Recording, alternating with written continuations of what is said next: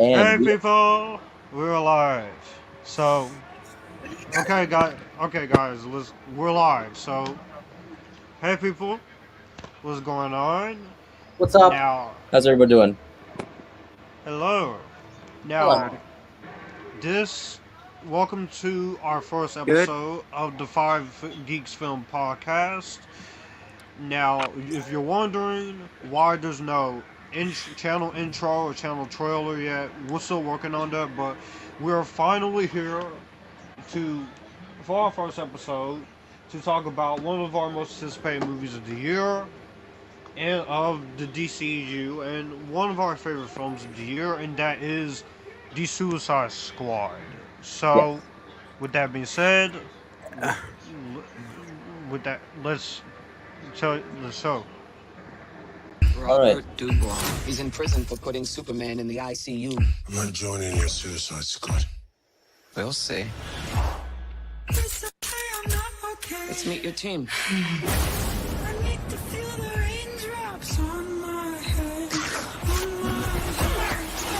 a superhero!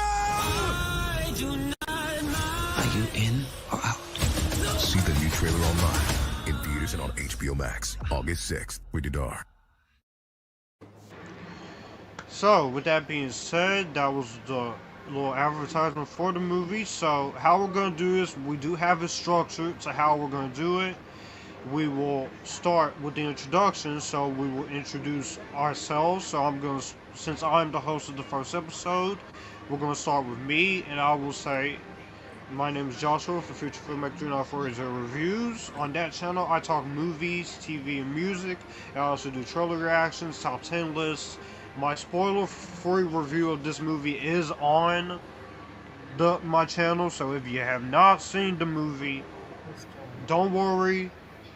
The spoiler-free reviews from each of us, which Kenneth, he will release his spoiler-free review, I'm pretty sure after this, because he still I'm has sorry, to I've do been it. really busy, so. Yeah, he's been really busy, so give him time, and he will do a spoiler-free review of it.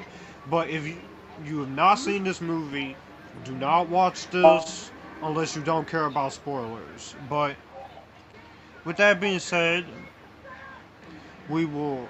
That's I am Joshua, and yeah.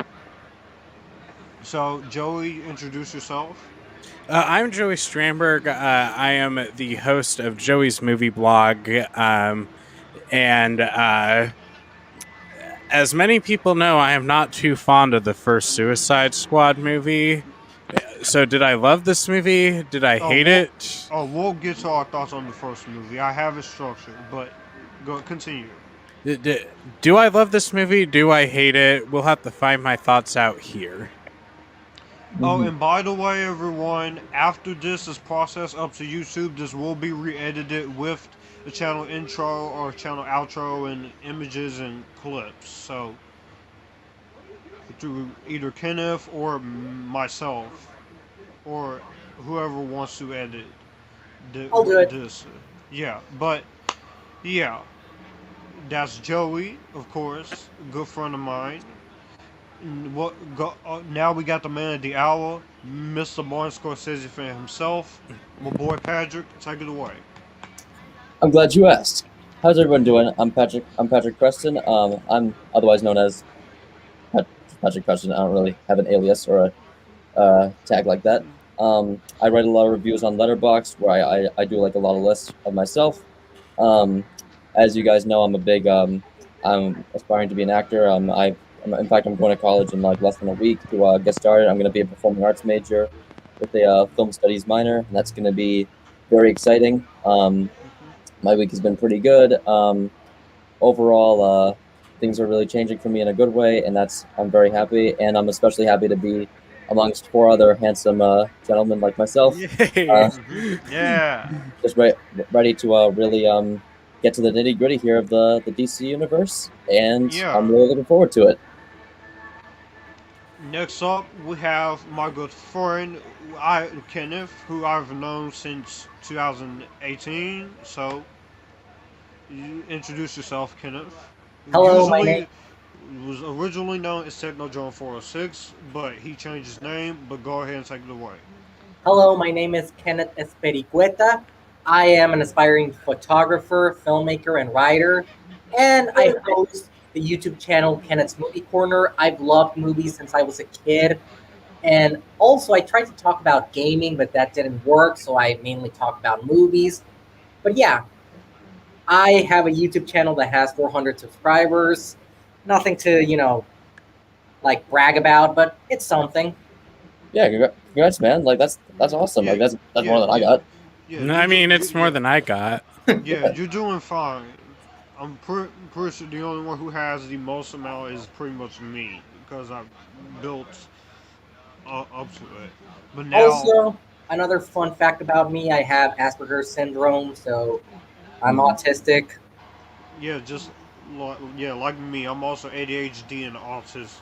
So I have ADHD yeah, and ADD as well. So obviously it's that's been a struggle since I wasn't officially diagnosed until I was 16. But ever before that, like it's been not easy for me. I wasn't officially diagnosed until I was 16, so I've been sort of taking steps to sort of not really better myself, but just sort of like get both hands on the wheel in terms of my permanent handicap. You know.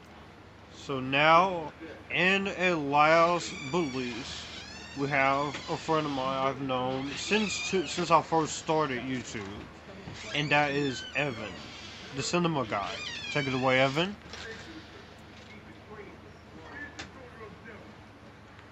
I think he's frozen. Yeah. Yeah, That makes two of us. he's probably frozen.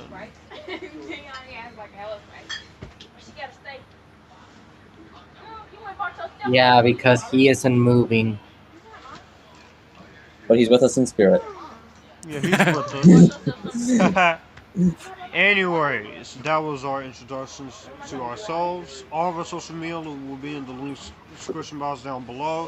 Also, this will be in audio form on Spotify once we get it set up for Spotify. So, alright, alright.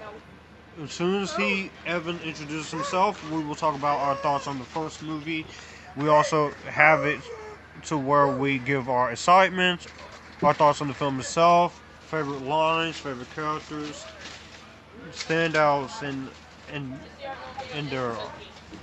Okay, he's going. Evan, introduce yourself.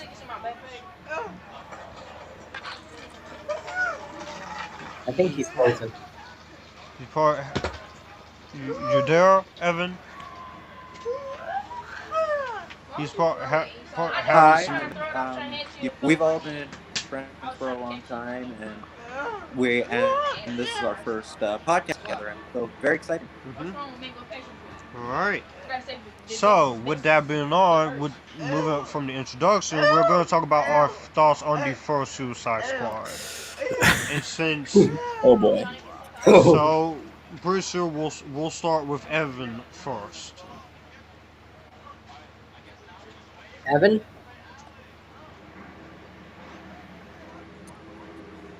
He's frozen. Okay, we'll come back. We'll come back to him. So, I'll just start with my thoughts on the first Suicide Squad movie. When it comes to I love the first Suicide Squad movie. oh, okay.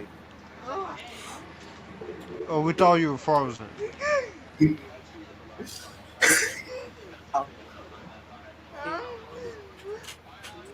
My favorite thing about heroes are villains, and Your audio is freezing. see was Wow. I think the Enchantress got into his audio. Yeah. Or maybe Dr. Freeze. Yes. If we're experiencing technical difficulties, guys, don't worry. We will Yep, edit it out.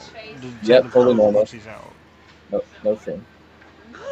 But yeah, with me, when it comes to the first Suicide Squad, when it first came out 5 years ago, I gave this very high praise. I was disagreeing with the critics. I thought it was great. The more I've watched it now, the more I start to realize his issues, and I enjoyed it. But nowadays, I think the movie is in my second least favorite DCEU film, but I don't hate it as much.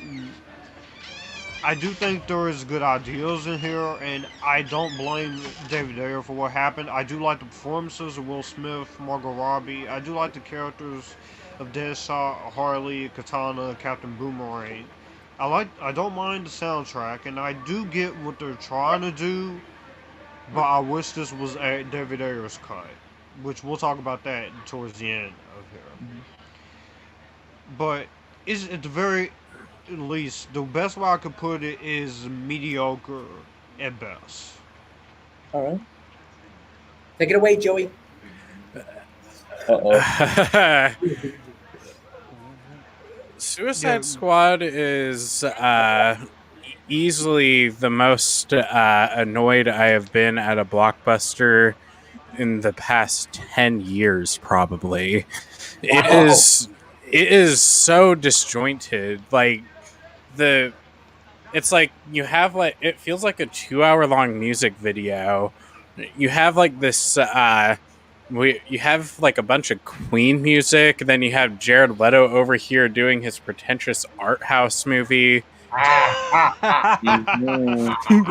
then like you said, him laughing like a dying seagull. Yeah, I did say that. But like yeah.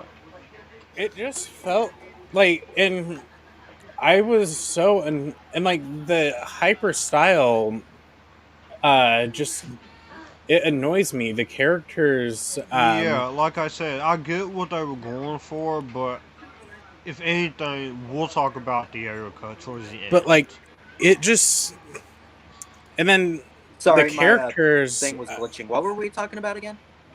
The first we're talking Suicide about Squad. our thoughts on this first Suicide Squad. We'll get back to you. But like, right. Yeah. The characters about it, the characters in the movie, I think all sucked except for Margot Robbie and Will Smith. Joel Kinnaman in this movie was awful. He felt like the most generic military guy that you could put in a movie. This is Katana. She's got my back. I get caught by her. What does he say? Her sword traps the souls of its victims? Yeah, but like, and then Enchantress and Incubus oh my god, are some of the worst villains I've ever seen. Don't get me started on ever. Cara Delevingne's Enchantress and the freaking hooligans. Cara Delevingne can't act worth I'd advise not getting killed by her. Okay, Her sword okay. traps the souls I'll of give victims. Cara Delevingne this. She is a beautiful model, but your acting leaves a lot to be desired. And then Yes. Jared Leto in the movie. What a waste of a great To me, what a waste. Jared Leto is the most overrated actor working in Hollywood right now. Oh, you might offend Patrick because he loves him so much. But like he calls him his muse, his idol, his influence. what was he doing? And like, what the heck was he trying to do in this movie? It's like,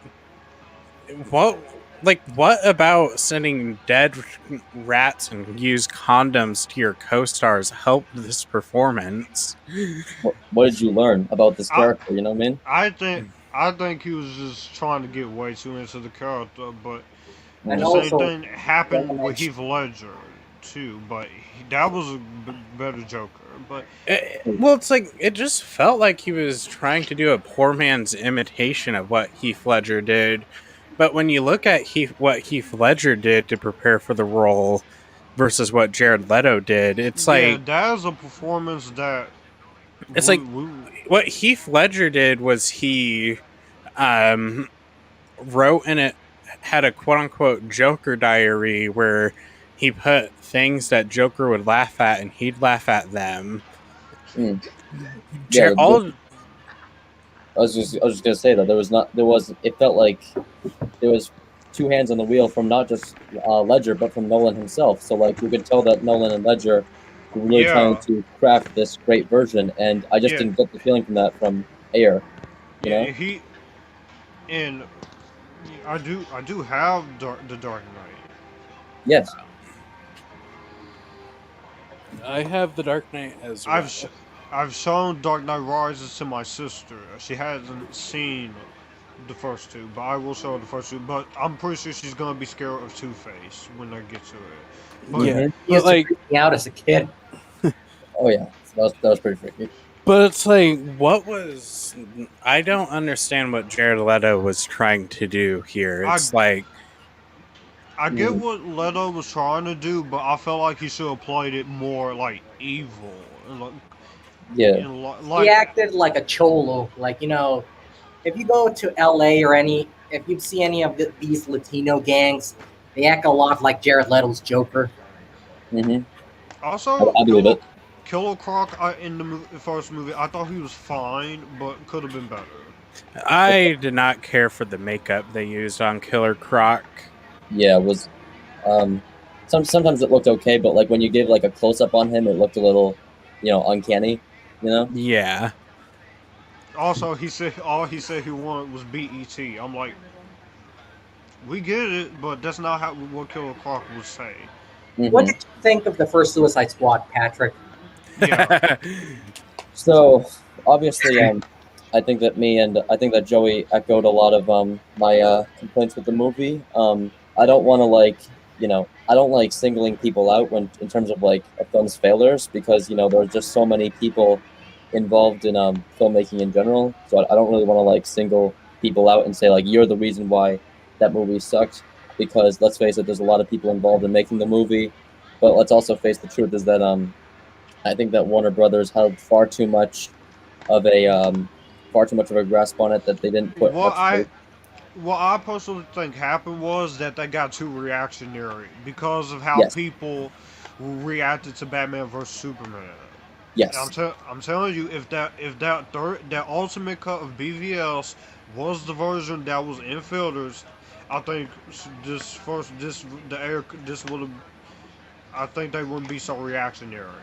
Well, I agree with that. I do Stop feel cutting your fucking movie down, Warner Brothers.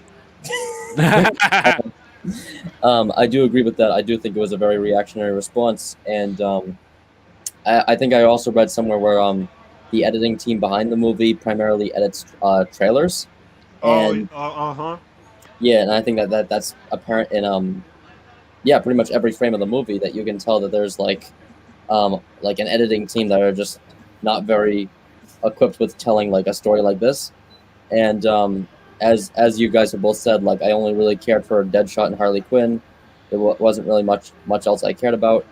Um, and yeah, I mean like there's really not much to say. And as of right now, I can't really decide like which is my least favorite DCEU movie, but behind either this one or Justice League. It's I, gonna. What did you think of Jared Leto's Joker?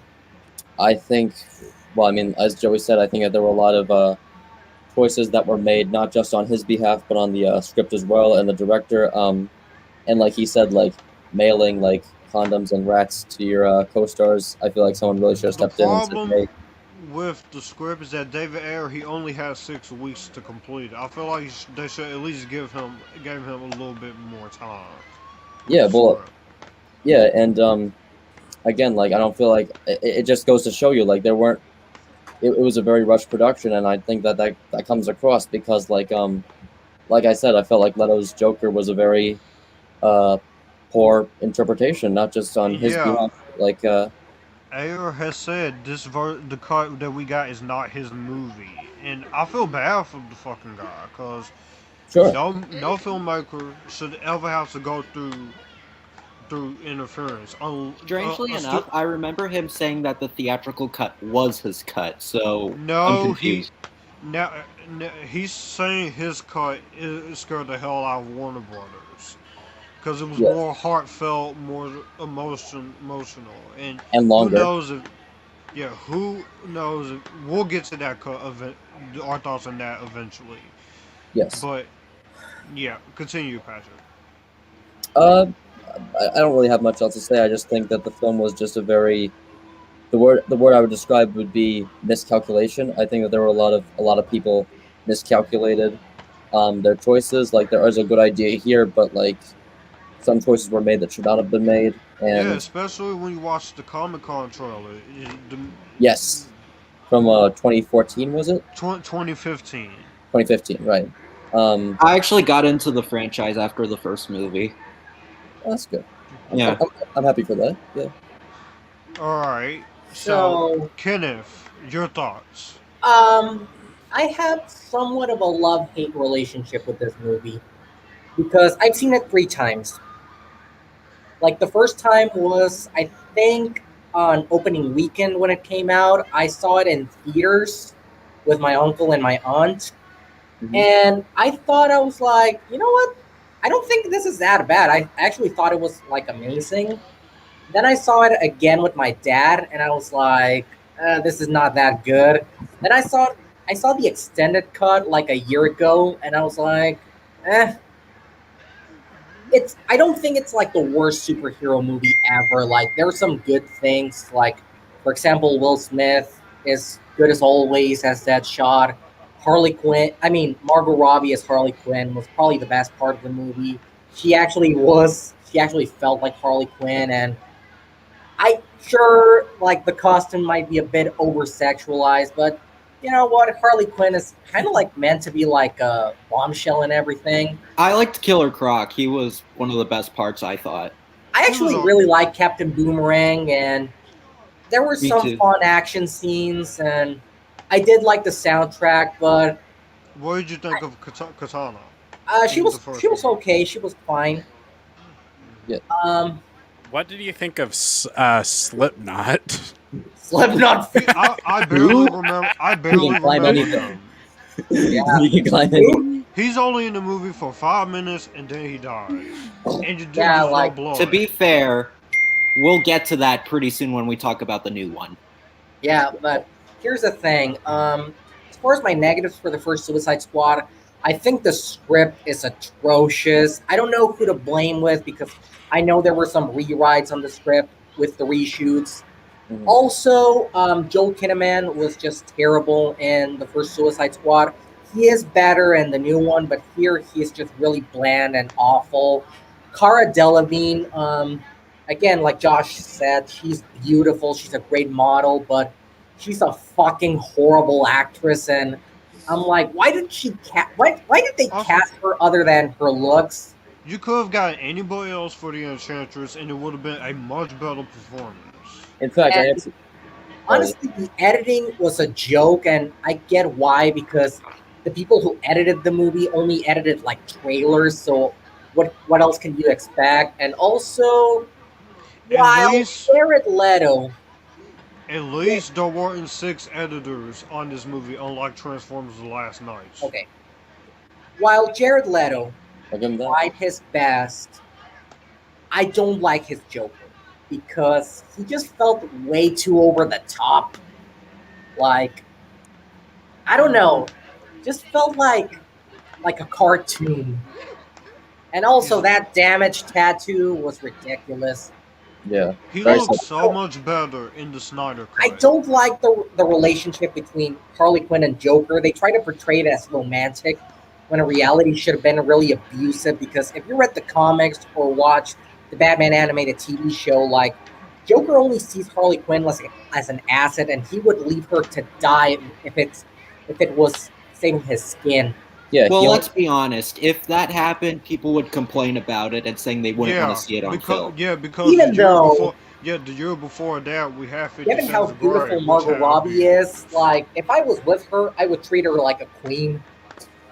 And we all Same know here. how beautiful I she think we all was. would.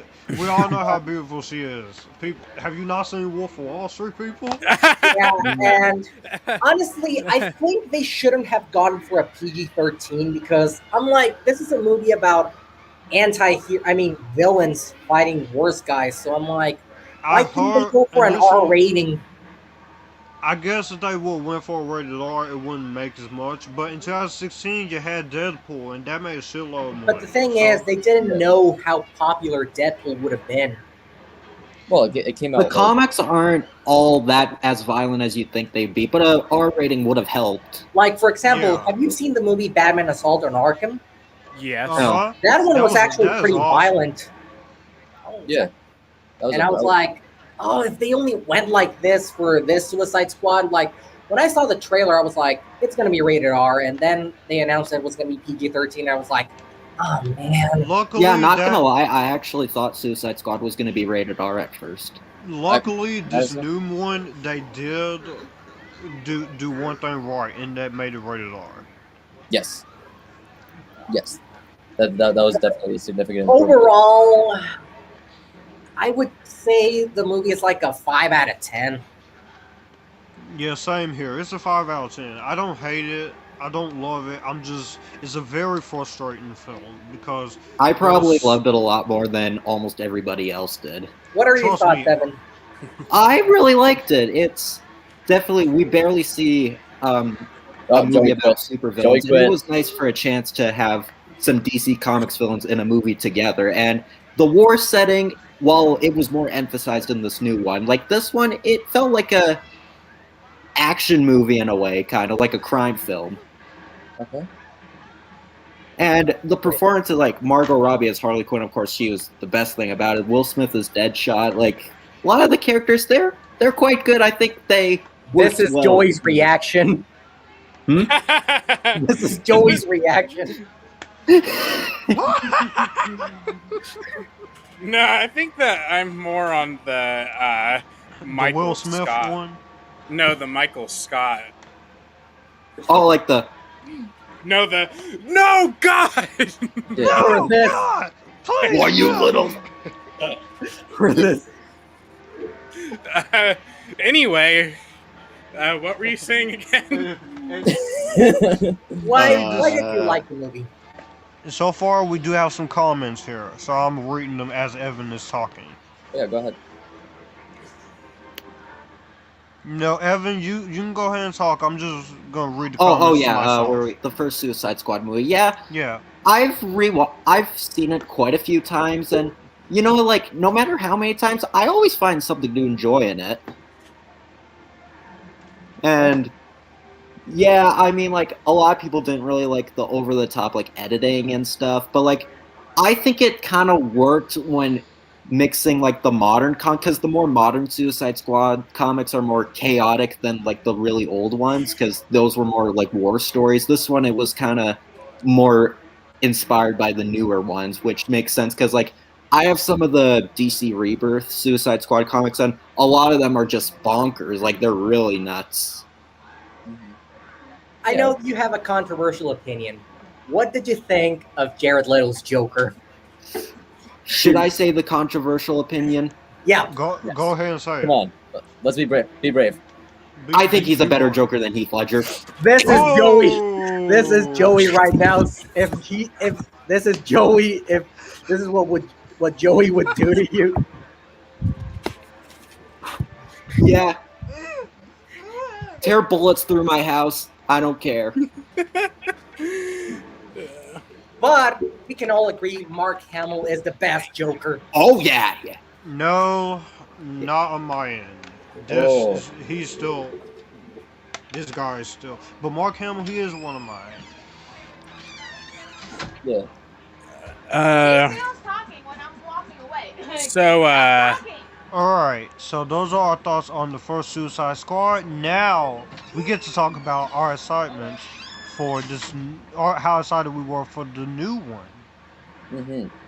So, when it comes to myself, me being a big DCEU defender, of course, I love Man of Steel. I unapologetically love BVS, the Ultimate Cut, not that PG-13, that Ultimate theatrical cut. I've not seen the Ultimate Cut. It is way better, more fluent. And I like both of them equally, honestly. The first Suicide Squad, I just said it's okay.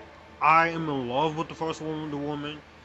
The 2017 Justice League is a good. I know it's bad, but you know it's guilty pleasure stuff in there. There's some things I like in there.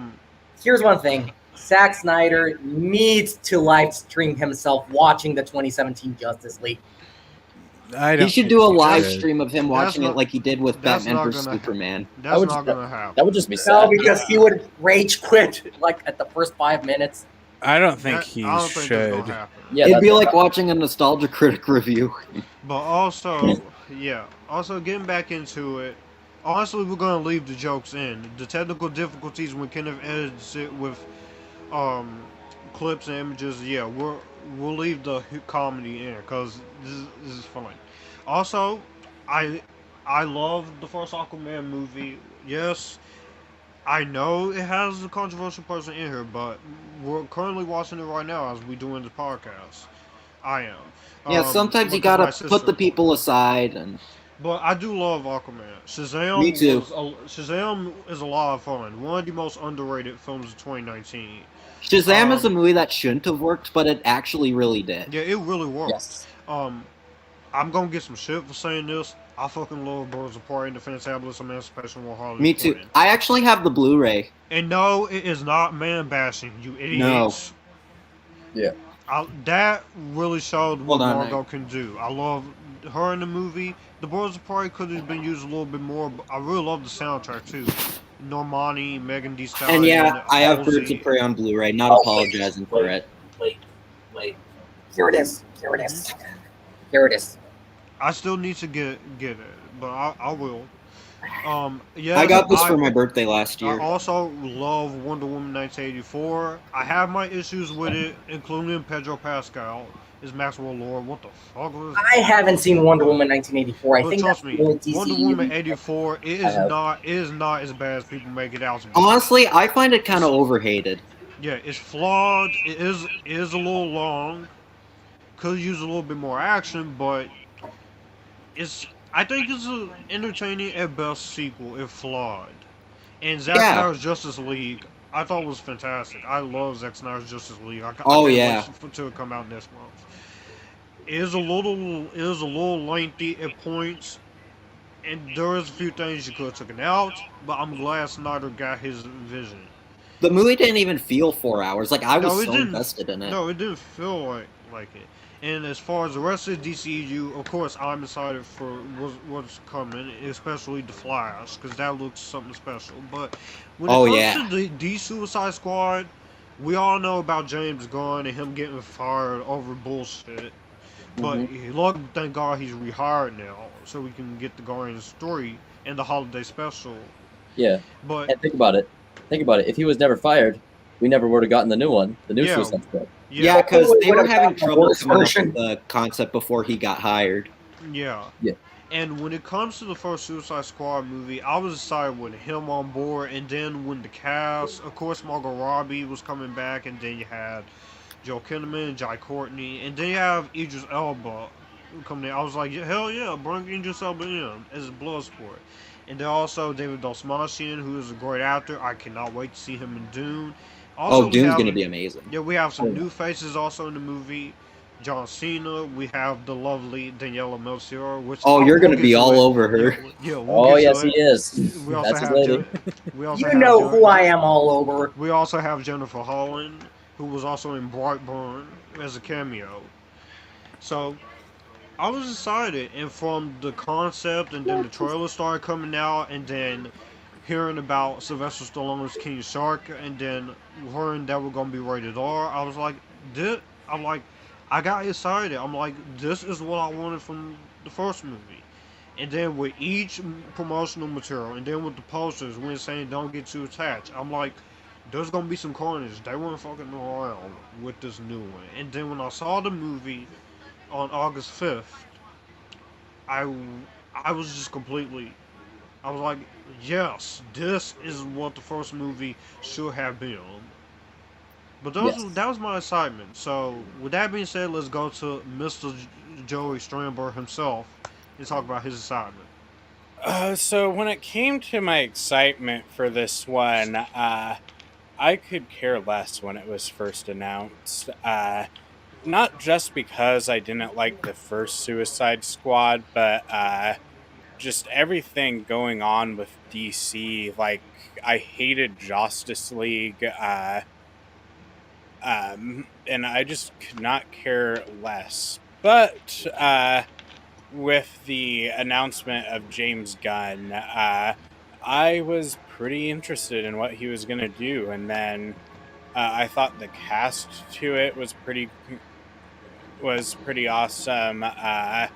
And then the DC fandom panel really showed me what James Gunn was going to do with this movie. I loved the DC panel for that. Yes. Yeah. And it really got the idea of getting a 1970s war movie with all of James Gunn's. Yeah, you could tell he incredible was inspired by a characters. 1970s movie. Sean Chandler even said that in his review of the Suicide Squad. 1 second. And then, in James Gunn taking a combination of characters that we already know, plus John Cena wearing a metal condom on his head. I'm surprised that wasn't a joke in the movie. The guy who was a toilet seat on his head, that was funny. It's not a toilet seat, it's a beacon of freedom.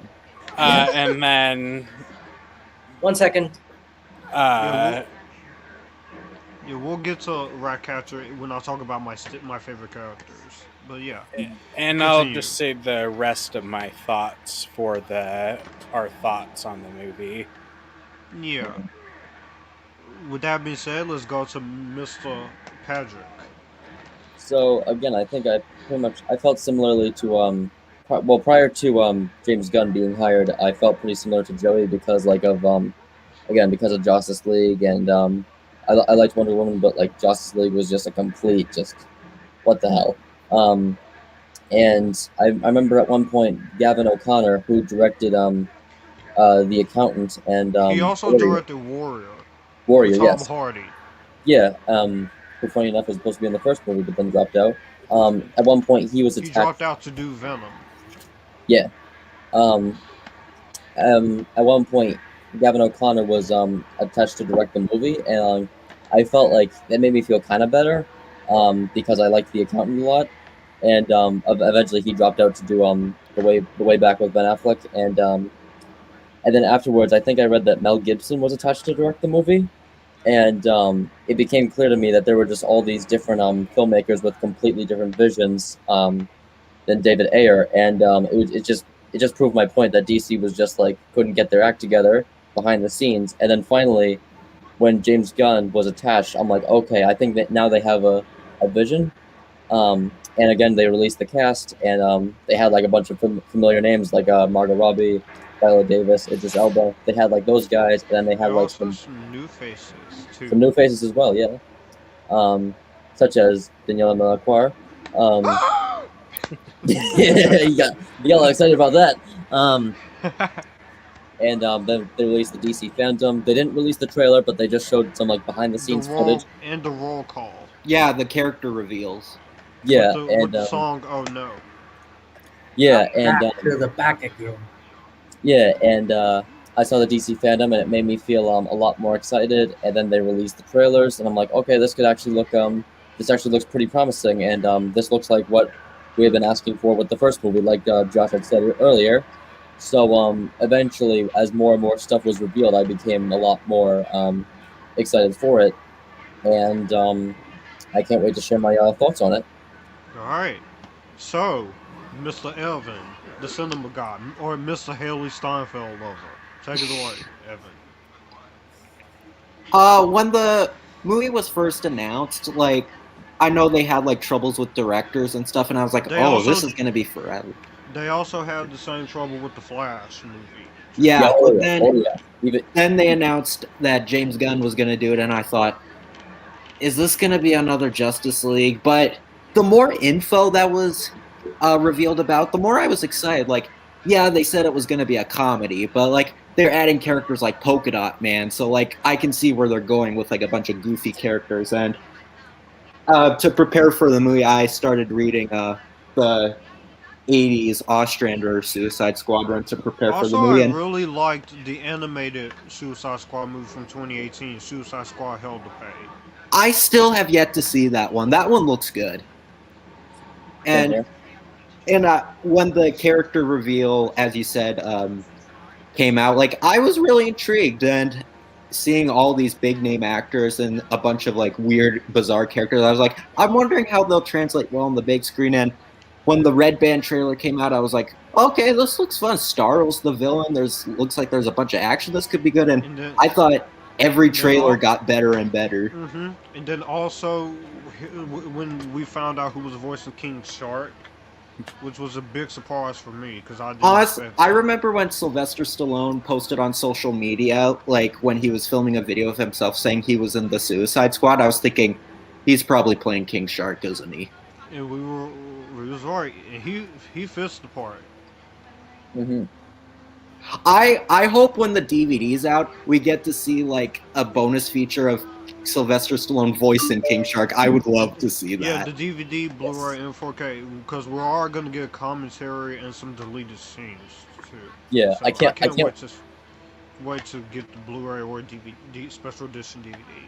Yeah, and I can't wait to see the behind the scenes interview. And they're like, "So, Mr. Stallone, what made you want to do the movie?" Well, I feel like at one point I was destined to play Superman, right? And like, I'm a big DC kind of fan, kind of guy myself, because it ain't about how you get hit, it's how hard you get hit and keep getting back up. Yeah, it's gonna be interesting watching special features, especially when they talk more about Ratcatcher. Oh yeah. I wonder. I think Sylvester Stallone got because like, well, I got this thing. I'm getting paid millions of dollars to say one-word sentences. I can say James bird. Gunn, he casted him because they worked together on Guardians 2. Yeah, so he wanted one of his friends to be in it. That's not the only friend he got in this. Oh yeah. But yeah, I guess we should let Kenneth take it away. Okay. When I was a bit worried when this movie was announced, mainly because it had directors going and coming and going, like for example, Gavin O'Connor, Mel Gibson, Ruben Fleischer, which I know Ruben Fleischer is Joey's favorite director. Oh. And yeah, I was just like, this is going to be a movie that's doomed, right? Then they announced that James Gunn was going to be writing and directing. And I was like, okay, this is actually interesting. Yeah. I actually like both Guardians of the Galaxy movies. Here's an unpopular opinion. Guardians I think 2 is Volume my 2 favorite is as better well. than Volume 1. Sorry, guys, I'm not apologizing. But I love them both. James Gunn with his movies, he hasn't had a bad movie yet. We do not mention movie 43. That never happened. Never happens. Okay. I've never seen movie 43, so Don't. No. You did yourself a favor, man. okay. Watch a Scorsese movie instead. Yes, please. Go watch Wolf of Wall Street. That'd be 1,000 I've times seen the better. first half of Wolf of Wall Street. Okay. So yeah. Then I was like, okay. Then I saw like the DC, like when they covered this movie on DC Fandom, and I was like, this looks promising.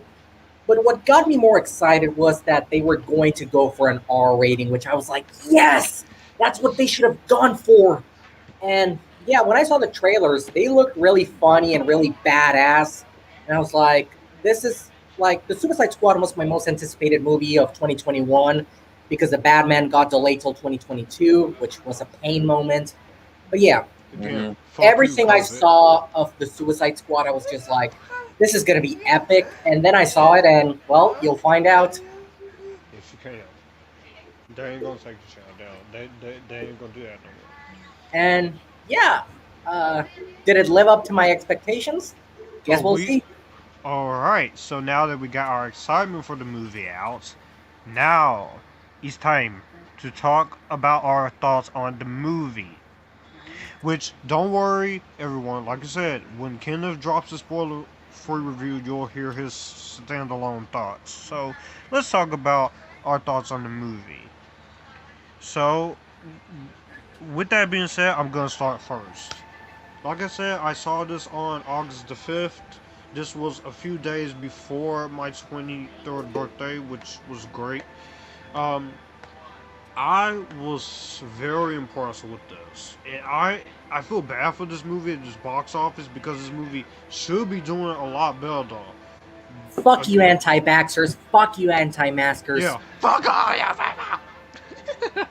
Okay, And all you sorry. conspiracists. Sorry, I got a little carried away there, but we just. To that I say to these anti-maskers, wear your freaking mask, people. Yes. Take care of yourself. But Keep others also, safe. yeah, this I thought was better than the first movie. Not only it had a great, not only it knew what it was, it didn't take itself too seriously. It respected the source material. I got what it was going for. James Gunn delivered on a writing standpoint, directing standpoint. Cinematography was a lot better. The editing is a lot better. I like the soundtrack a bit more this time around. I love the performances from everyone, including Idris Elba, this Bloodsport. You're threatening my fucking daughter! Viola Davis was even more cold-hearted than she was in the first movie, especially in the finale, which we'll talk about that finale. It had a great emotional weight to it, great heart, of course, with Ratcatcher being the heart of the movie. King Shark was really fun, and it just gave me what I wanted. I did have a few issues. I feel like Soul Soria could have easily been taken out, and there is a few characters that I wanted a little bit more of. And one of my issues with this movie is the bullshit review bombing, which I've said enough in my spoiler-free review. I don't even want to freaking repeat myself. But the Suicide Squad, I was impressed. This is definitely in my top 5. This is number 3 in terms of my DCEU ranking. So, James Gunn, good fucking job, and I want to see you see what else you can bring to DC with Peacemaker and whatever movie you do next. Oh, I can't wait for Peacemaker. oh yeah, Joey, me too. What are your thoughts on the movie? So my thoughts on the movie is that it was an over-the-top 1970s war movie. It was gory. It was hilarious. Also, I forgot to mention that too. This movie does not shy away from the carnage candy. No. No. Don't bring your kids to this movie, or don't watch this with your kids. Anybody who takes their kids, I did hear some people took their kids to go see this. But I feel sorry for those kids. They're gonna grow up and be like very traumatized. But what really? I don't think parents would take their kids to a movie that has suicide in the title. Also, I don't know. I saw kids in Deadpool. Just be Can glad we they let didn't Joey talk? Yeah. But what really surprised me is how really character-based this movie felt at times. Like I care, like where the first one, I didn't give a blip about any of the characters. I cared about every single one of these characters. The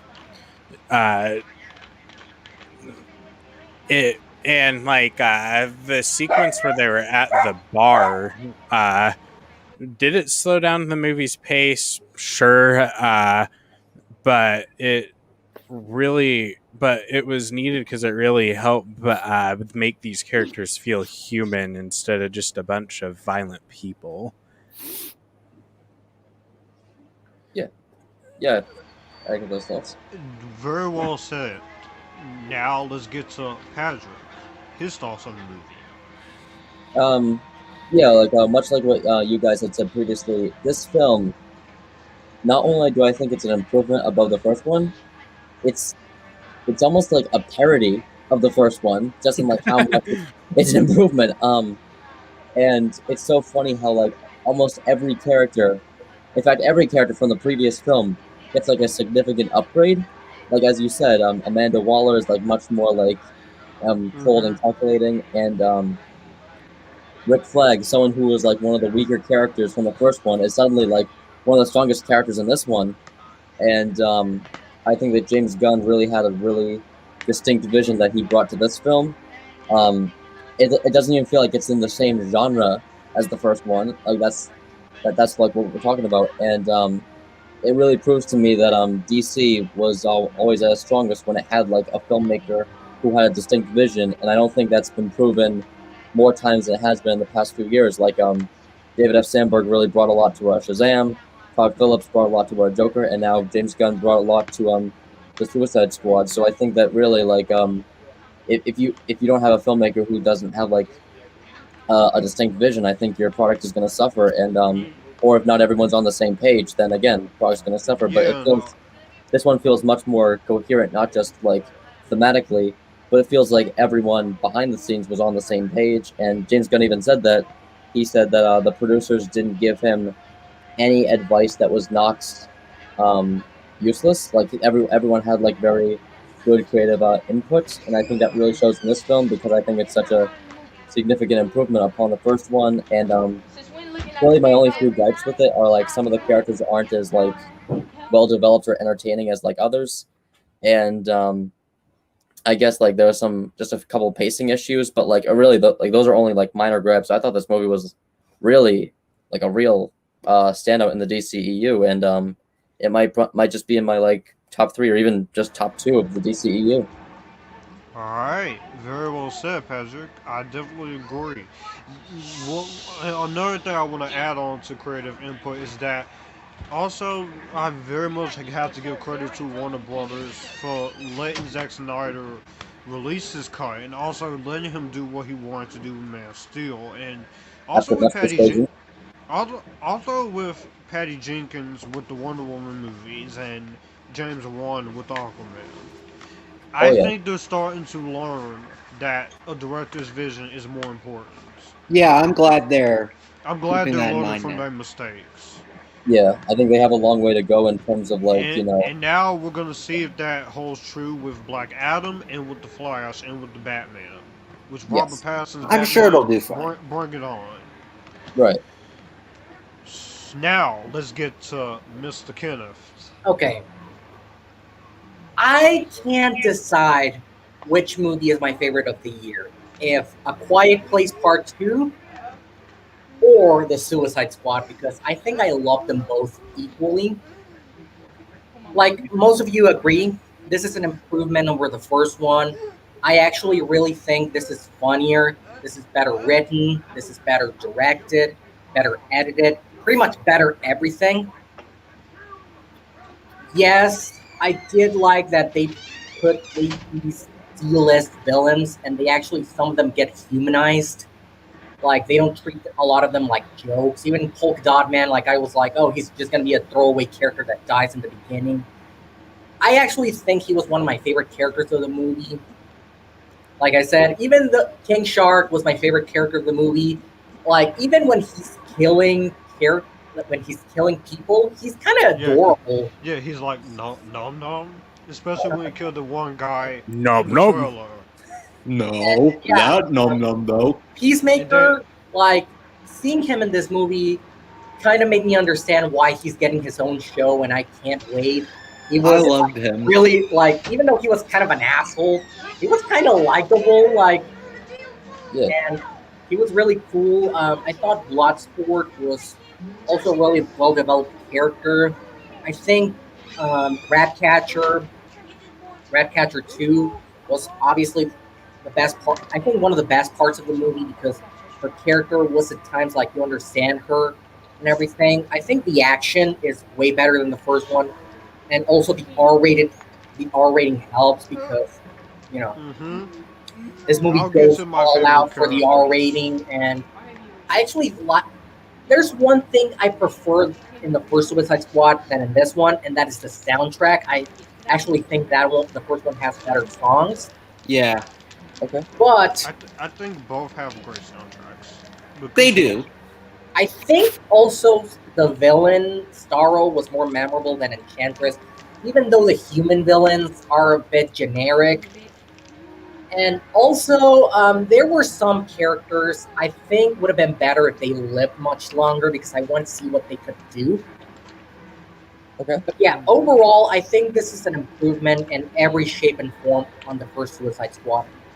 And I can't wait to see Guardians of the Galaxy Volume 3 and whatever DC movie James Gunn has in mind.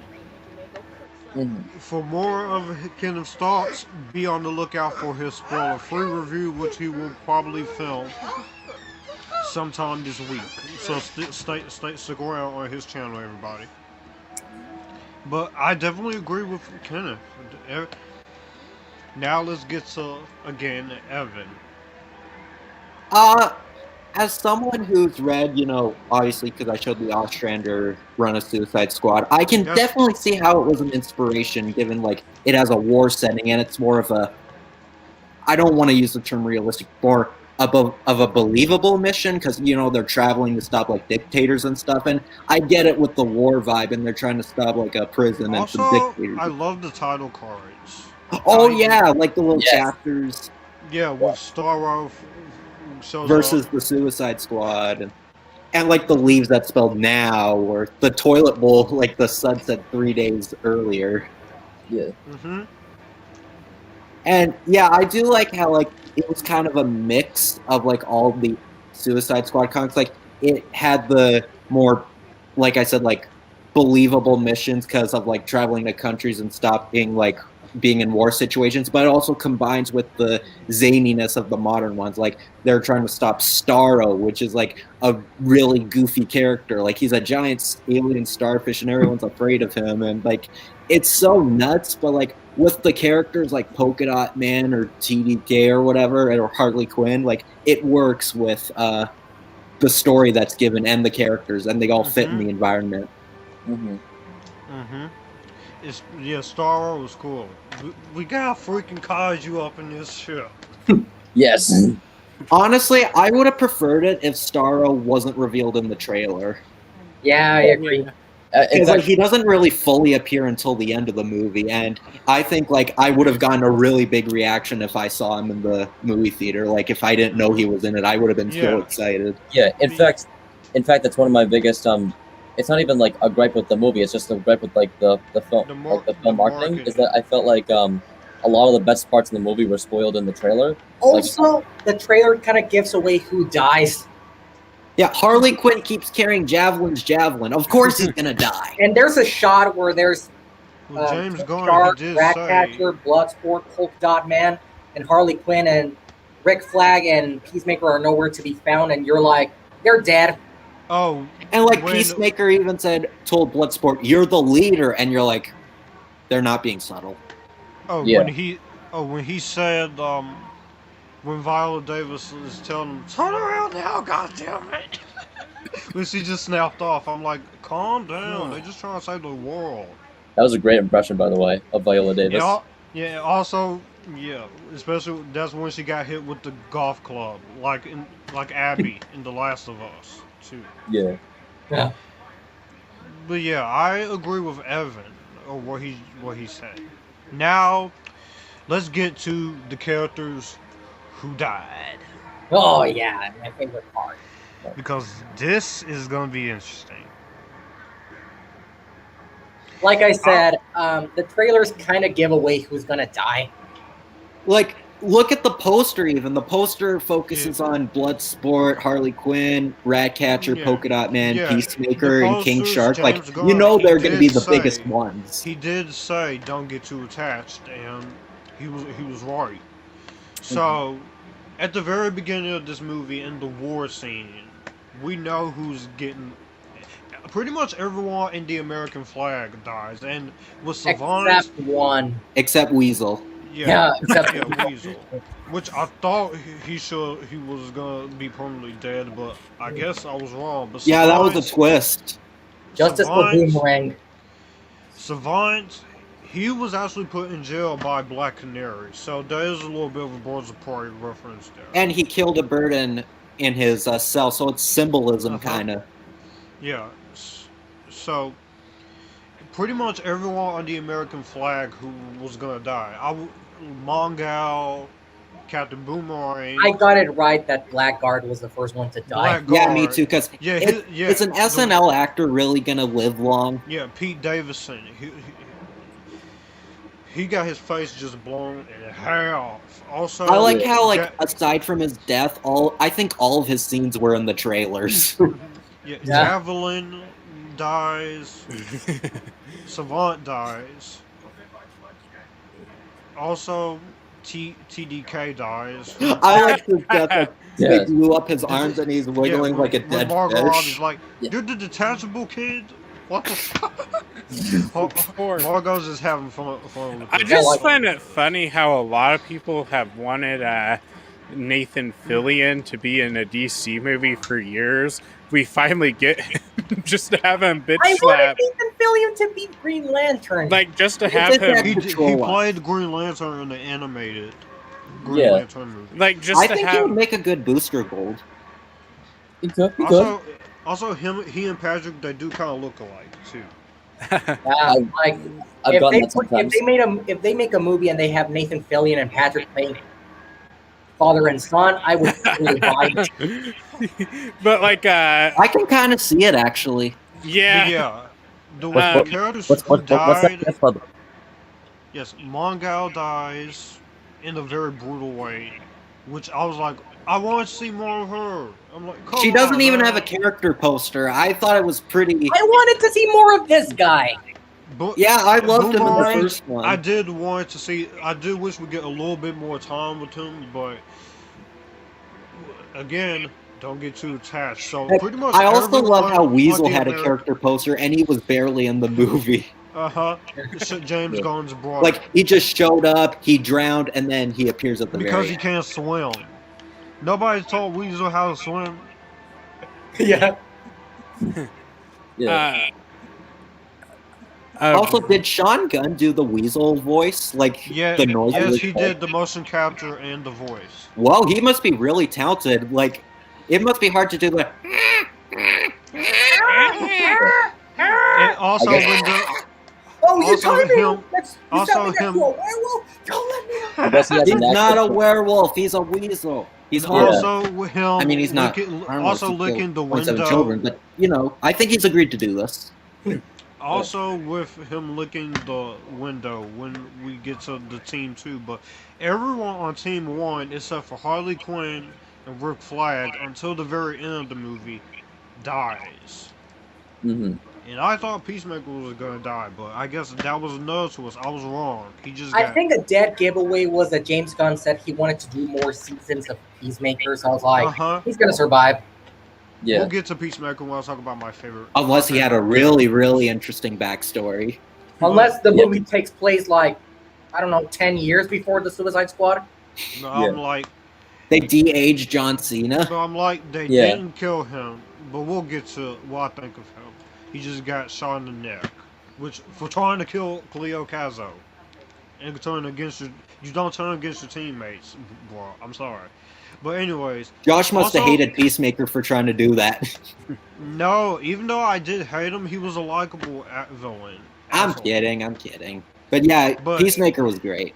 But everyone on the American flag gets wiped out in very brutal, violent, extreme ways. I'm like, James Gunn didn't hold back.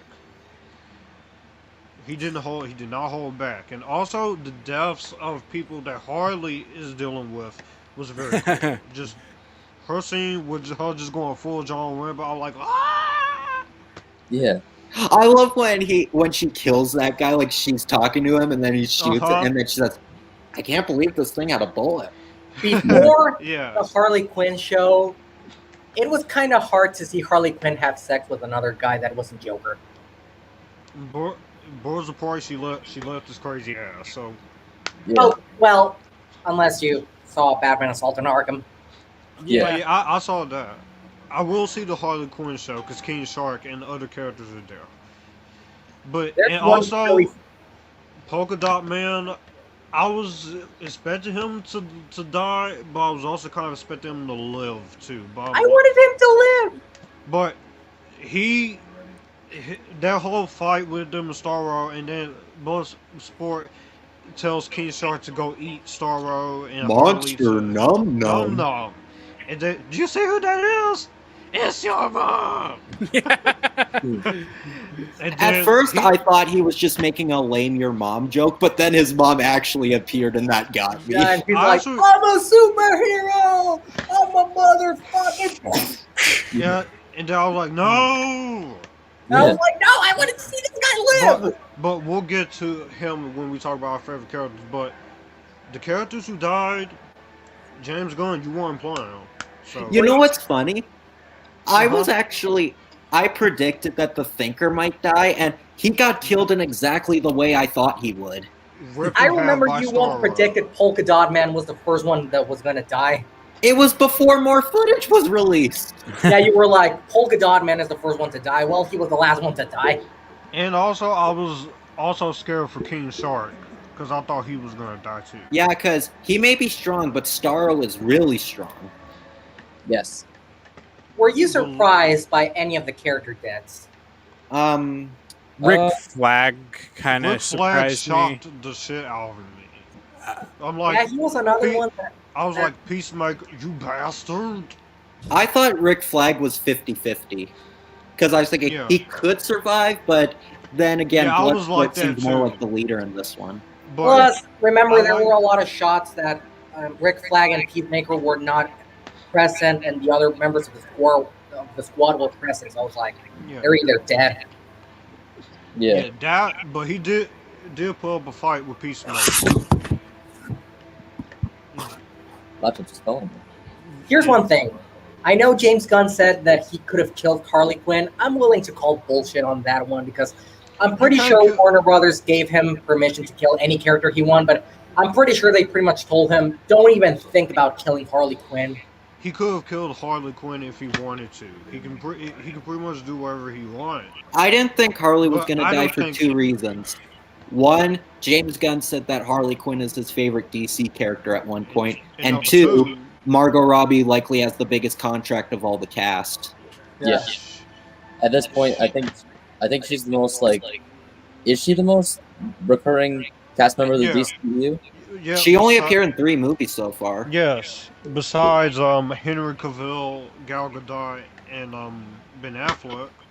Right. She's like right up there. So I feel like that's the character that everyone's like banking on, like her and among her and Gal Gadot. I think that those are the two actors that the Warner Brothers wants to like bank on, like wants to get the most Yeah. mileage out of. I need a movie of Harley Quinn fighting the Joker. That was, I think, was that one of the films that was in development? Yeah, Yeah, but I don't Harley think it's Quinn and happening Joker. anymore. It's not. Gotham City Sirens, they still want to try it. Which, They still want to try if you that. want to do that, go ahead. We need Poison Ivy done right. Right. Yeah, I want to see Poison Ivy done right. Mm-hmm. No disrespect to Uma Thurman. She was hot in Batman and Robin. She tried. It was just But the writing that was It's the just issue. the writing, yeah. Since we're talking about the characters who died, what did you think of the song? Those are people who died. Those other people who It died. really fit the tone. It of was the also in movie. the Dawn of the Dead remake, so James Gunn must really like that song. Yeah, I love that song. What was your favorite It fit death? my Polka Dot Man. Polka Dot Man. Rick Polka Dot Flag. Man was too abrupt. My favorite. I like TDK, like how he's squirming like a dead My fish because he has favorite no death- arms and his arms get blown to bits. Yeah. My favorite death. Well, actually two. One is Captain Boomerang, and the other death was Rick Flag. I got emotional watching I this. think my favorite one could be Blackguard because how sudden it was. Yeah. Yeah. Like, yeah, his and face Black- got Oh, you shot clean contact off. you! Yeah, Blackguard. He fought his own plan. So There's That this was- interesting theory that Amanda Waller actually set up Blackguard contacting the Corto Maltese army because they were actually the distraction while the other members of the squad did the mission. Yeah, I heard about Uh-huh. that. Like they yeah, wanted to and kill him all also along. Amanda Waller. She did have other plans with Peacemaker when they went to go do Project Starfish. Yeah. Because the information about Project Starfish can't get out, and that's what Ratcatcher was crying to Bloodsport about after Bloodsport saved her. And the emotion in this movie, man, I felt that.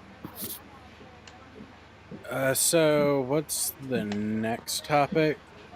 Now we're gonna get to our favorite characters in the Alrighty. movie.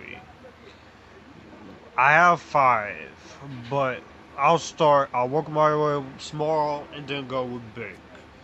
My 5th favorite character was Peacemaker, John Cena, and John Cena.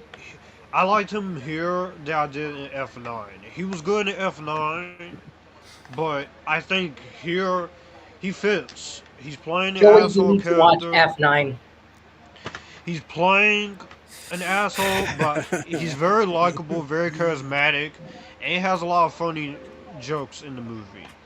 Yeah, I They're think he out in stole the show. When he's out in the Starfish. when he's out in the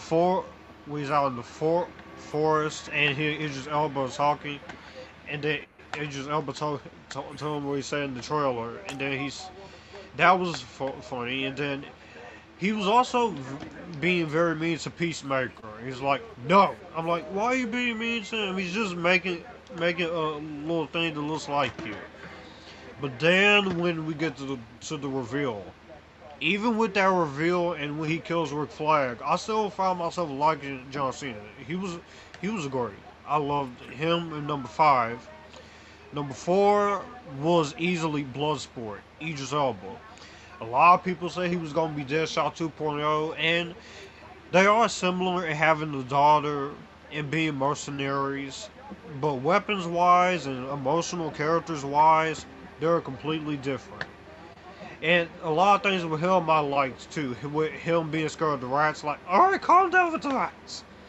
And then him going crazy with John Cena in his underwear, I'm like, that wasn't needed, but that was funny, though. Oh Tidy yeah, like whities, they thought they really? were just like minions of the Corto Maltese army, but they were just innocent soldiers.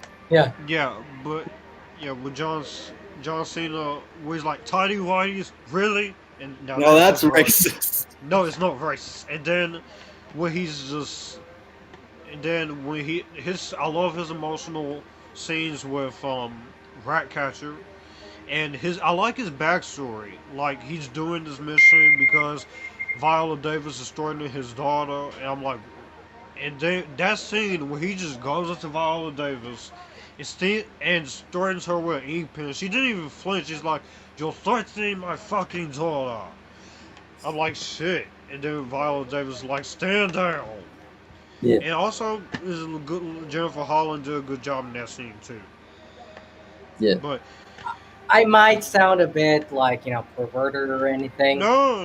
But I no, think it's Jennifer fine. Holland is one of the most beautiful women I've ever seen. No. That's no, not a no. bad thing to say. No, it's not a Yeah. bad thing to say. But No one thinks you're like a creep about it.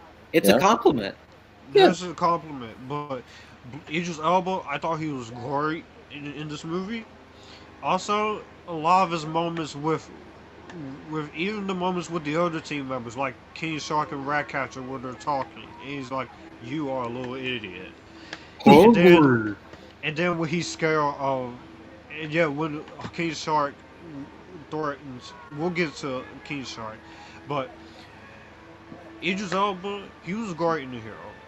I do prefer Will Smith in the first movie, but Idris Elba, he did a good job. My number 3 was Polka Dot Man. This was a character I was not very enthusiastic about. David Dastmalchian is a great actor, and he's been in a lot of superhero movies. The Dark Knight, Batman, The Long Halloween recently, Batman. Ant-Man, and yeah, and he's also in Dune, which He's gonna voice Calendar Man in the Long Halloween animated movie. I saw heard about that, yeah. that. That was a nice cameo in this movie. Oh yeah, Calendar Man wasn't. Sean Gunn played him. Yeah. Hey, You had Polka Dot Man. I want to hire you for my kid's party, you fucking pussy. It was some nice cameos in this movie too. But also, I also really liked yeah, but when it comes to Polka Dot Man, I was a little worried going into it because he is a very silly character in the comics, but they took something different. They took this character and made him different. He is pretty much his comic counterpart. They just made it different. Yeah, I and his like backstory is yeah, definitely his a lot tragic different. backstory with these polka dots. If he doesn't use them, he'll die from it. And his mom experiments on him, Star Labs, which was a reference to Flash. Mhm. And when he's killing people, he's thinking of his mom. I'm like, and he was also a very tragic character. And David Dastmalchi, he did great in the Yeah. role. Who else would It- like to see Ben Affleck's Batman fight Polka Dot Man? Yeah, that'd be amazing. But yeah, the Unanimous. way he went out was a bit abrupt, but he was a pretty cool badass, and I liked his moments with a lot of the members too, especially when they're at the bar, which some people say would drag. I love the bar scene. Honestly, it's a good Yeah, way to like, get they us, really to connect let with us, each other. Yeah. to let us to But King connect Shark with has the to be alone characters. on the bus. That was sad with him crying to King Shark. He's like, and he's picking his teeth out. Yeah. That would have been funnier if he actually had a fake mustache. Yeah. That would have been amazing if like they put one on him and the guy at the bar, he's looking at him, he's like, okay, go in. Yeah. Also, yeah. I would have Yeah, loved that. with Soul Sorry, yeah, that was cool. But now my number 2 is easily, you guessed it, King Shark. Sylvester Stallone. I was excited to see King Shark, especially from the trailers. I'm like, he is an Aquaman villain, so it was cool that they brought him in. And Sylvester Stallone, He fought that's good. Superboy at first. At first, he Yeah. was a Superboy villain. That's good. It's good casting though, and a lot of his jokes in the movie were very funny. And a lot of his scenes, like "Where you going, friends?" and then, not then when he's eating people, he just basically wants to eat people. And but I also really liked him because he doesn't have friends and he just wants to eat. Where he's like, I know friends. And I then felt so bad for him. and then when he tries to eat Sebastian, I do not blame Ratcatcher for trying to kill him. Like, you bastard! And Hungry. Sylvester, Hungry. a lot of his dialogue was cool. And then he has some great scenes. He did stand out as a badass villain, eating people. He was not afraid to get bloody with eating people. He whips a guy apart, which you saw in the trailer. Then he just goes to attack Starro, which I'm like, please don't kill him. Please don't kill him. Monster, nom nom. But my favorite scene with him, besides him just fucking people up, was when he was in the aquarium. When Oh, he yeah. up the building, where he's like, new dumb friends. And then like he's he was just looking going at them around. and they were all shaping him. Like that was kind of cute. And then when because it felt like he's happy. And then he's just running around playing with them. And then he's trying to give Peacemaker a little bomb. And he's like, no. Peacemaker. It's actually very nice. I put it against the wall. It looks Look nothing nice. like me. But King Shark, I very much loved. And I do want to see more of him in a potential third Suicide Squad movie. with Yeah, I'd love the to see him again. The surviving members with newer characters. Now, I get to talk about the one I've been waiting for. Spill it.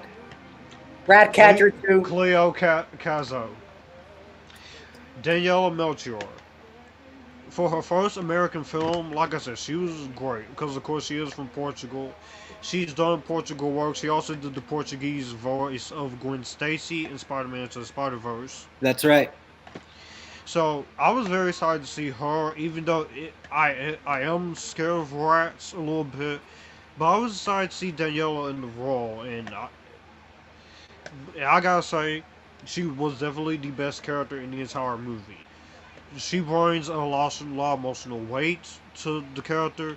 She's with her introduction, I thought was hilarious. Even though Viola Davis, that was a little harsh. It was like, get your ass out here. I'm like, Don't need to do that. She's nice.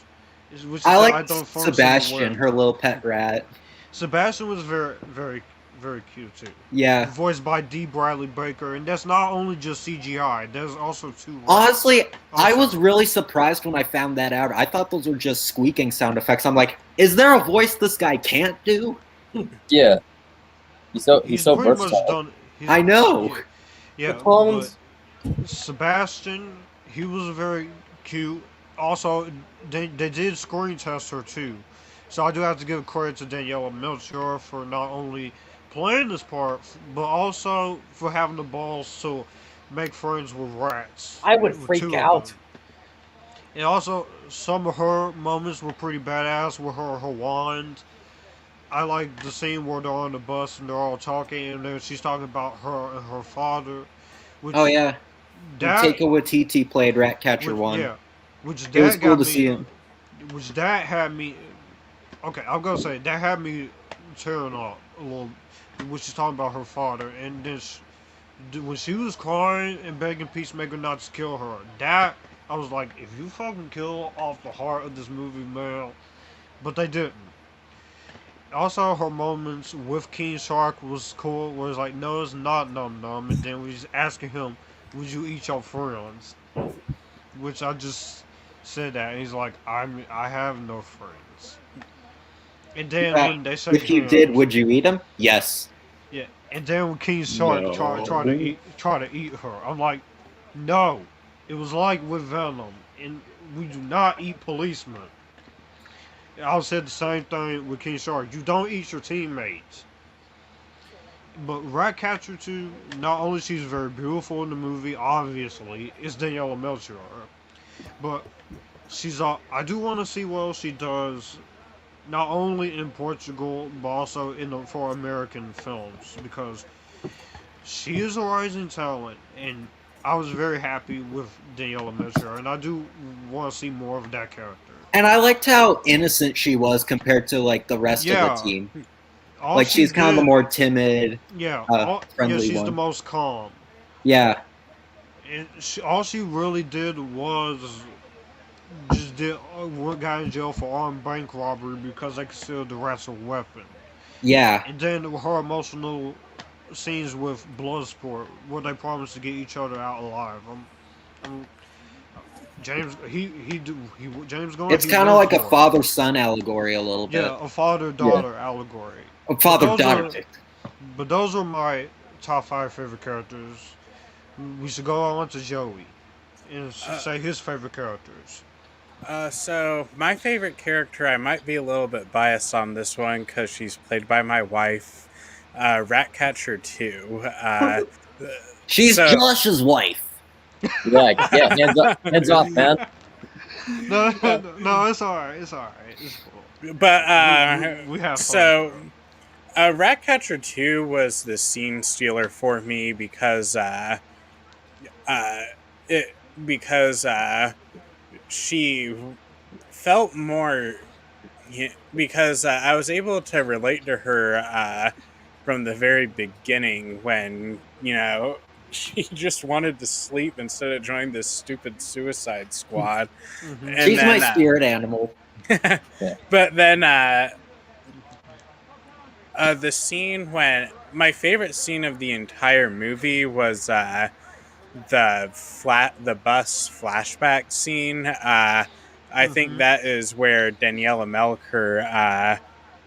Really Melchior. Whatever. Sorry.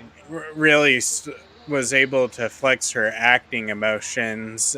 And then I think that the best performance of the movie overall would be Idris Elba. They managed to really...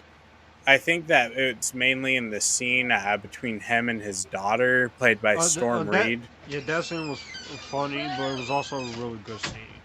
I think that gave us everything we need to know about this character, and then it really set up kind of that he has this to deal with. And then Rick Flag also, who I've criticized in the first one, but this one he actually felt like a human being rather than the just The asshole generic. military guy. From Yeah, the like first in this, movie. like he was. Like in the first one, he was a MAGA supporter, and then in this one, it's like he would put. He seemed like the type of guy that would show up at a BLM rally and put his pronouns in his bio. And he was willing to die to do what he had to, especially when he finds out Project Starfish. That scene was my favorite scene with Rick Flag. It was like they're Yeah, experimenting on children. I'm like, and I thought it was "Fuck." Joel Kinnaman. That scene was Joel Kinnaman's best performance. He, Yeah, it uh, really makes you think what side to root for. yeah, and of course, I can't talk about these movies without talking about my girl Harley Quinn. Margot- Correction, my girl. What else? I was perfectly fine that they put her more in the background this time around. We had Birds of Prey, and She still had her moments to shine, though. Yeah, She has a lot to do. Margot did her thing, but I she's more think- present in the second half of the movie. Yeah, I think that Margot is the only actress alive right now that I could see playing Harley Quinn. Yeah. And then, of course, I can't I have to talk about my boy King Shark, played by Sly Stallone. Hey, Yes, that is your hand in Maui. Very good. He Smart. he was funny. But he, so much. he was really funny in the movie, but he also made me. I felt bad for him at times. Yeah, me too.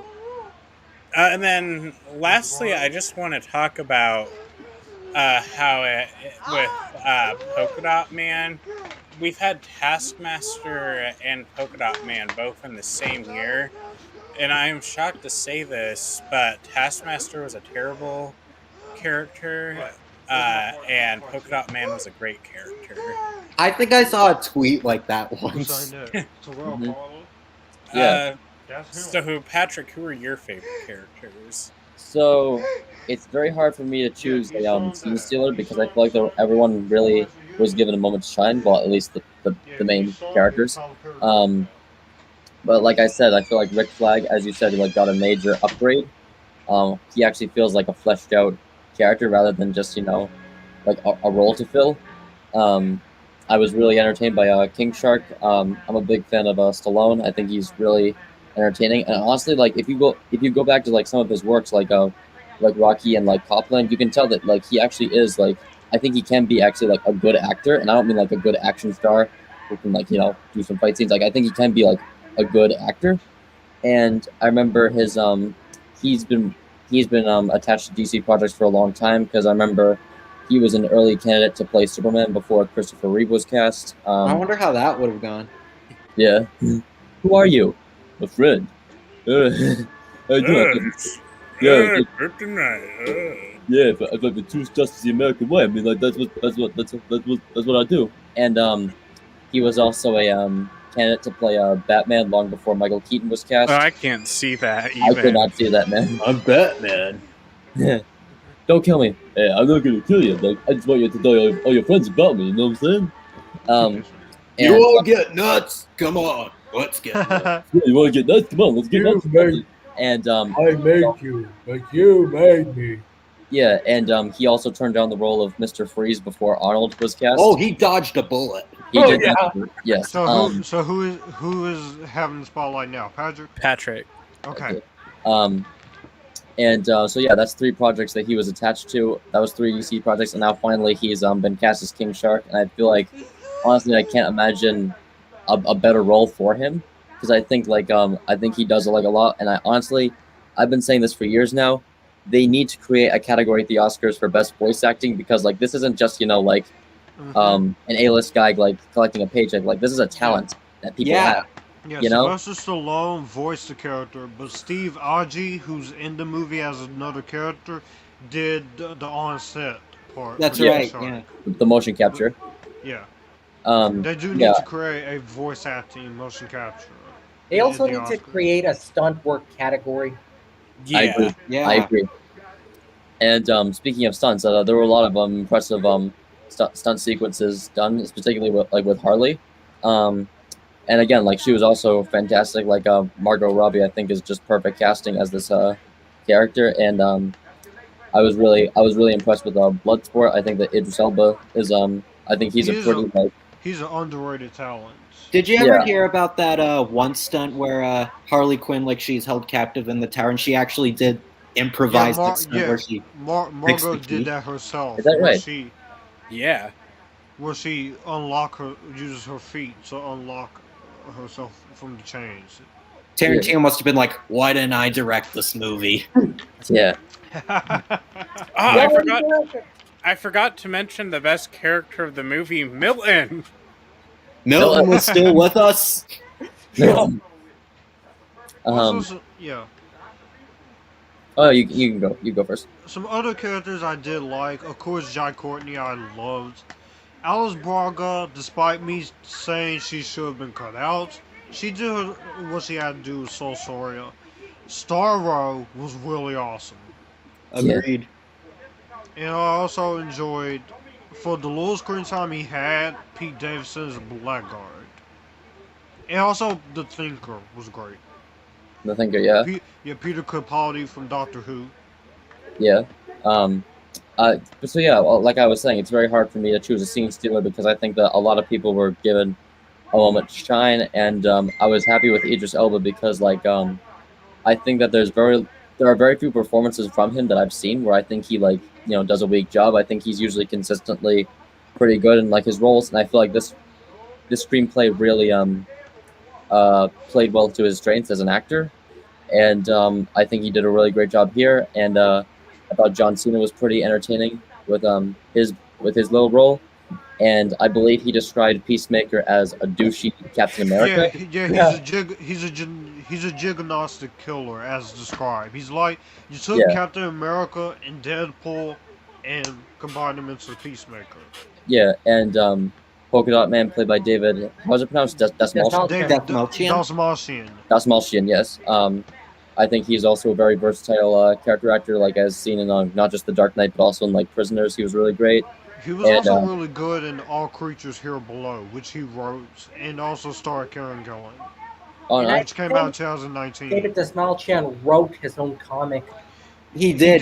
He did. And he was in the Ant-Man movies. The first right. one. And yeah, it was good to see him given like a role to like shine in. And I didn't think any of the performances were weak or like subpar. I felt like everyone was on a pretty consistent level with each other, and it was very hard for me to choose a scene stealer besides the people that I listed. Yeah, overall, I thought the characters were pretty well done and considerably better than the last one. Even the smaller characters like Jennifer Holland and Viola Davis, they were good.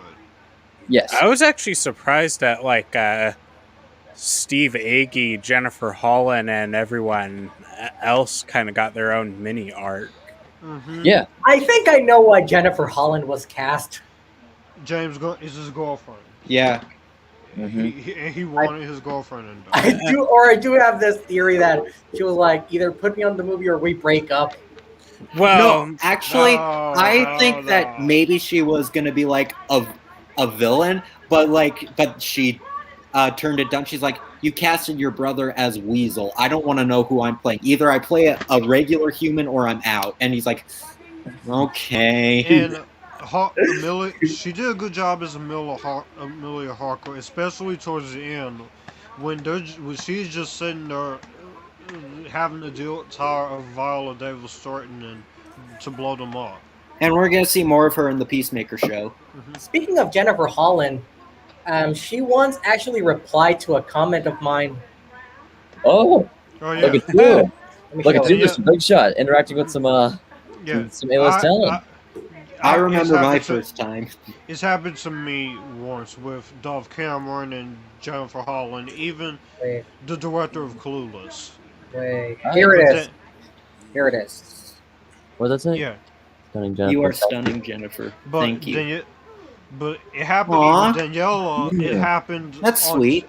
It happened on TikTok and also on Twitter, where she liked or post of mine, and also a reply I sent. Does she have I a mean- beautiful singing voice? I roasted Grace Randolph and then got blocked. Oh, Dedicate an episode to the people like Grace Randolph or Geeks and Gamers. Yeah, we can Not do that, really. but No, I don't We want don't to. wanna, but don't want do to. Also, I that. don't know. There's wanna offend something I want to nobody. take out off my chest. Go ahead.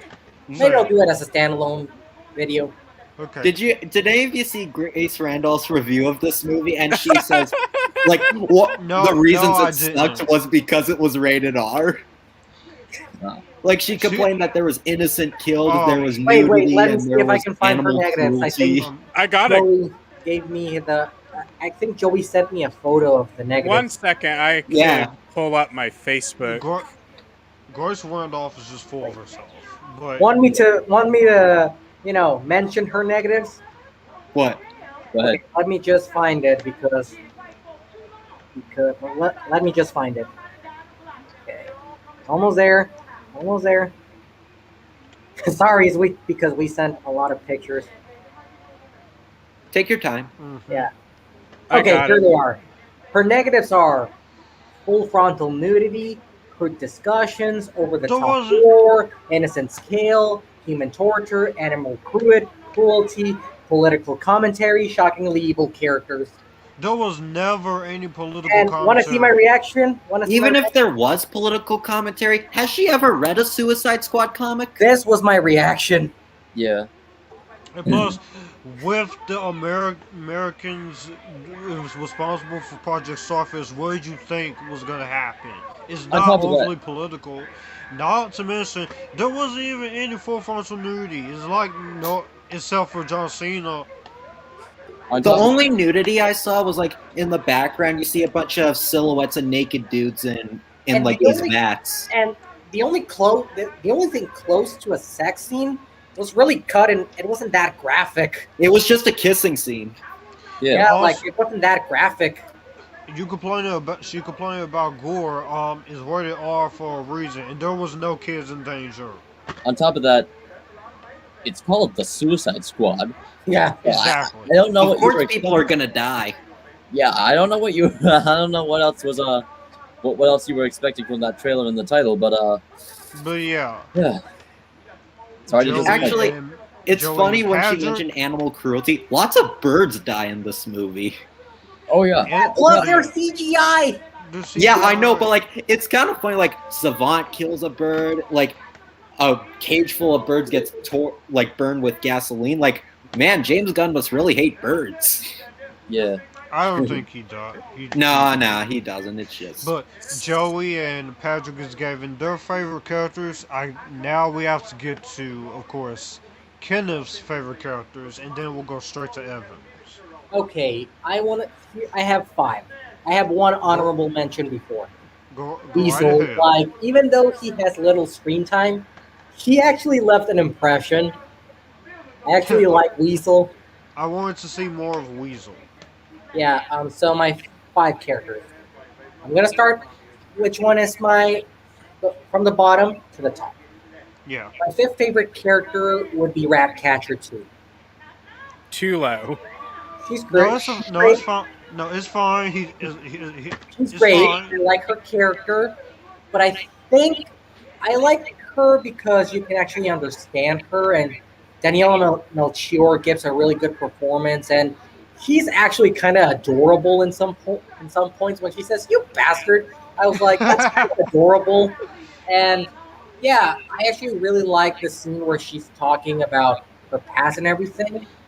It's just the other characters that are on the top of the list gave me a bigger impression.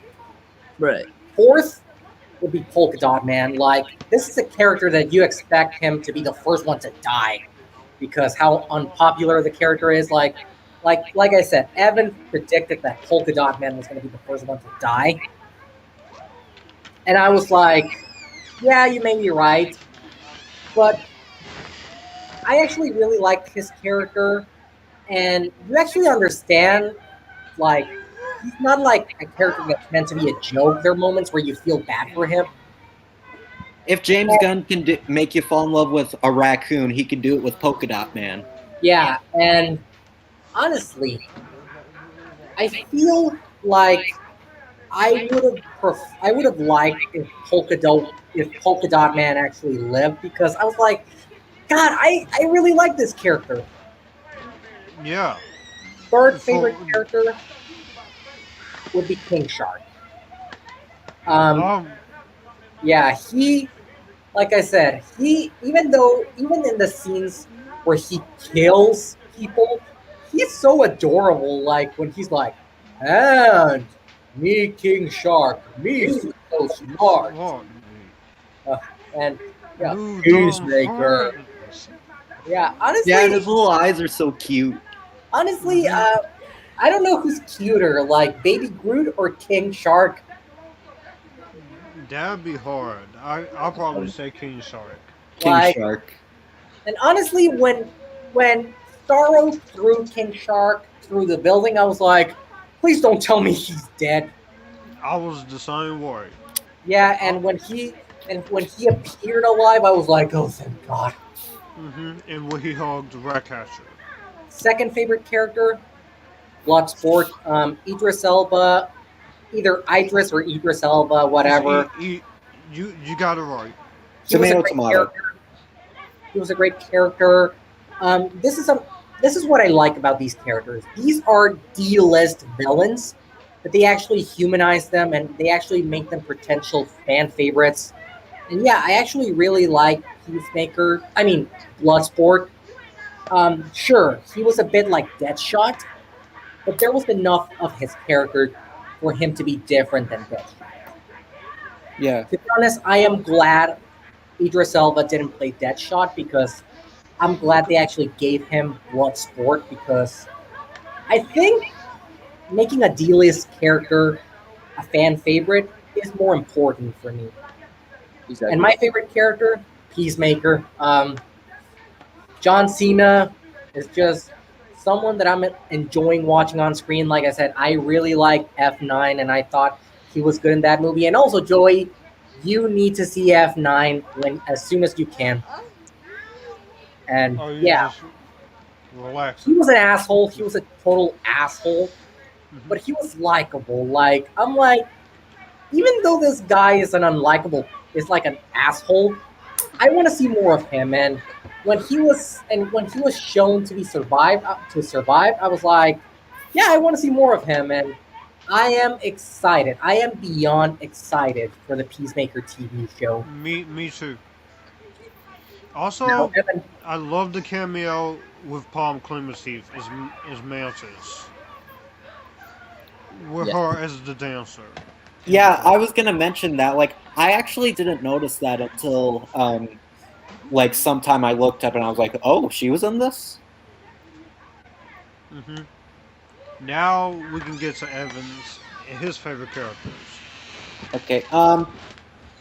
Of the newer characters, a part of me wants to say Peacemaker, because like I really like how like he's kind of like a villain, but like because he has like a really bad attitude and he's like a super tough guy. But like John Cena, like he's a funny guy. Like he's done a lot of comedies, like Blockers, Playing with Fire, Trainwreck, and a bunch of others. So like, and his comedy delivery really worked with the script he's given, and like. But, like, you know, he's a super tough wrestler, so you'd buy him as a comic book character. Yeah? Okay.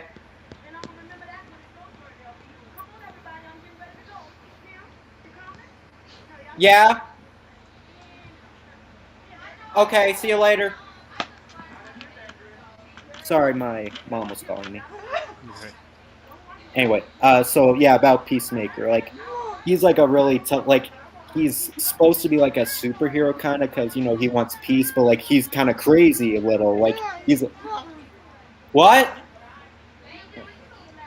And, you know, I especially like the part where like him and Bloodsport are dueling. Like, Peacemaker's like showing like he doesn't care like who he wants to kill, even if they're just innocent people.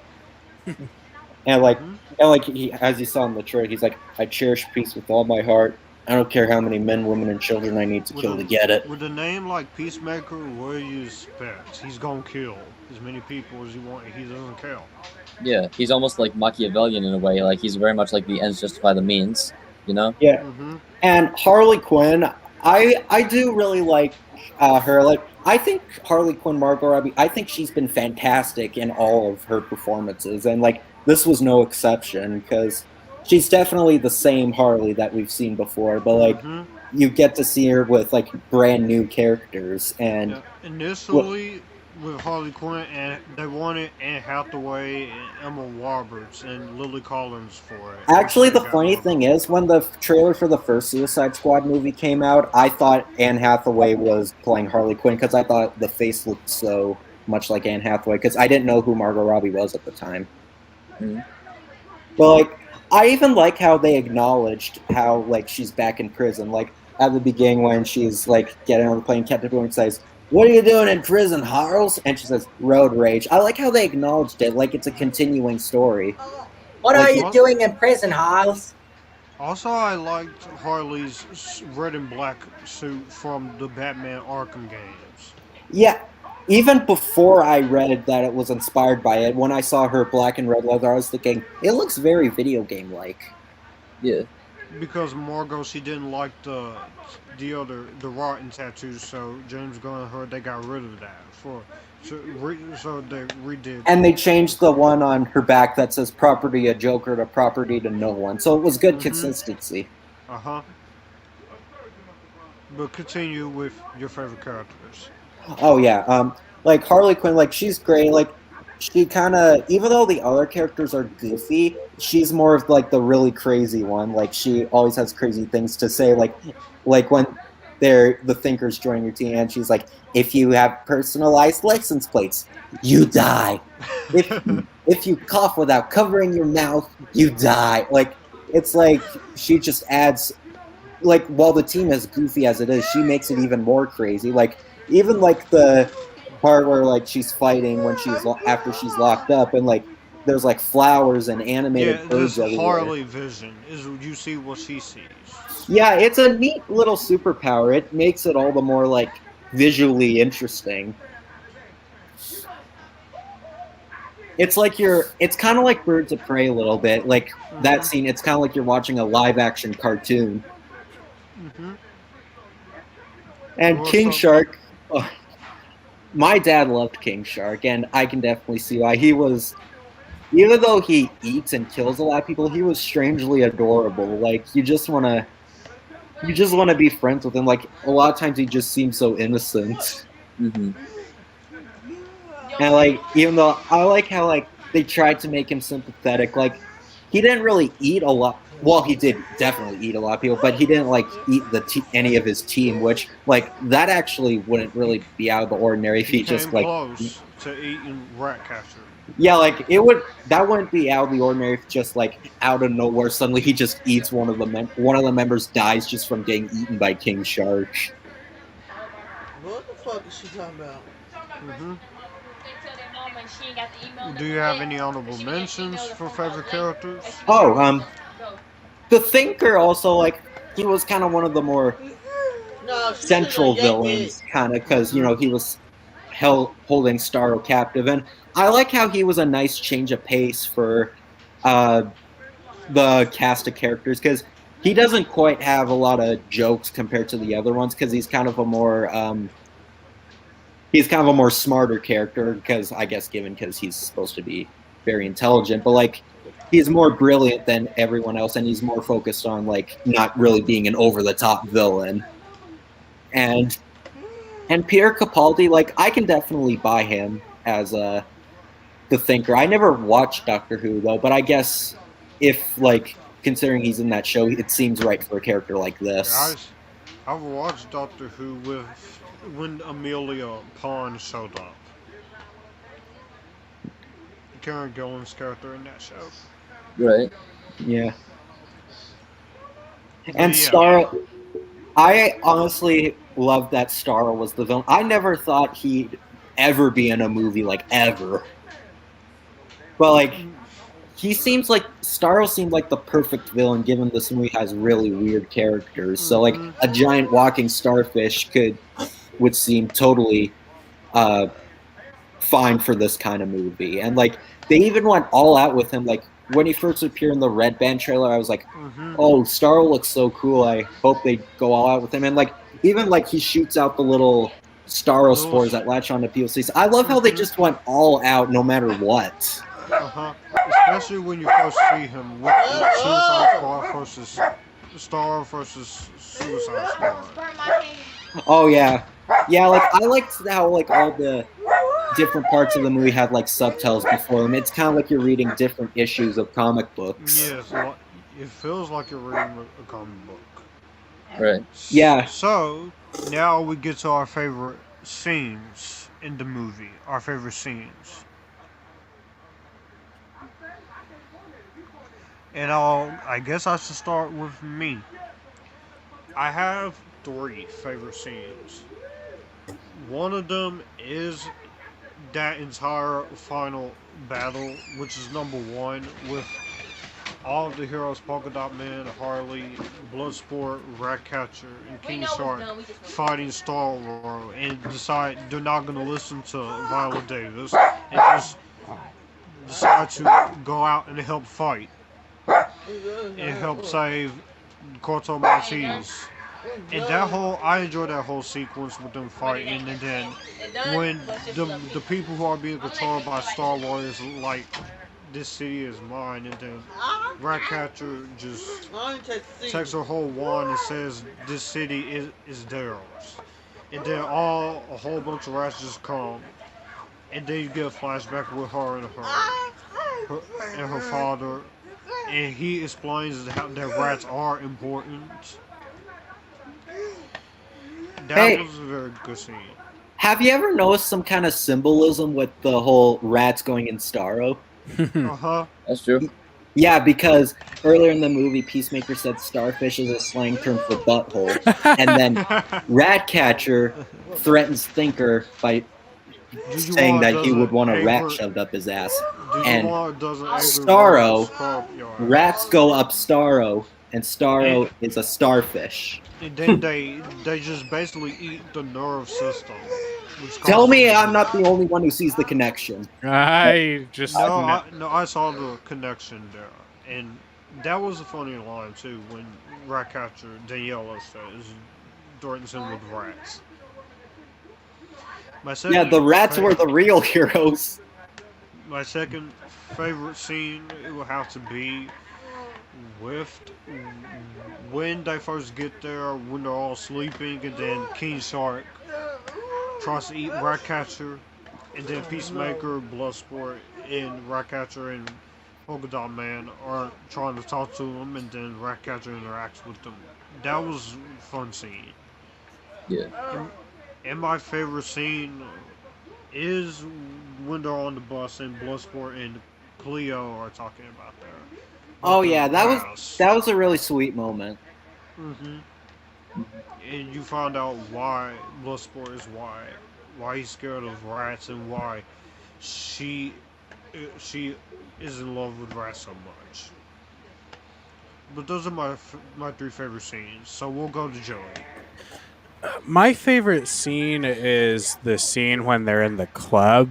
I think that it gave us a fresh perspective. Like, we get to see a side of these characters that we don't get to see while they're on the battlefield. And it was in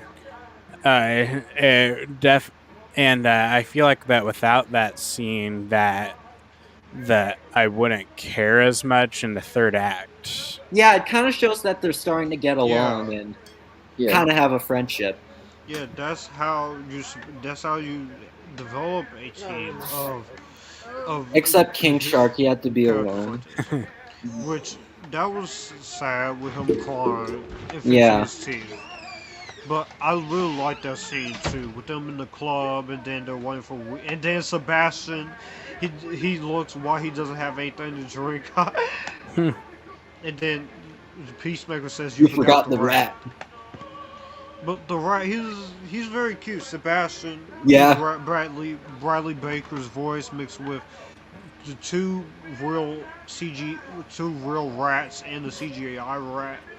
That was a really great scene. So, I agree with Joey. Without that scene, you wouldn't care as much in the third act. So we'll go on to Patrick and his favorite scene. Like Joey said, I was really fond of the club scene because we got to see a great side to these characters. But my favorite scene, hands down, was the scene in which Enchantress summons the big CGI guy, and like there was this huge sky beam in the sky. That was the last movie. That was the last movie.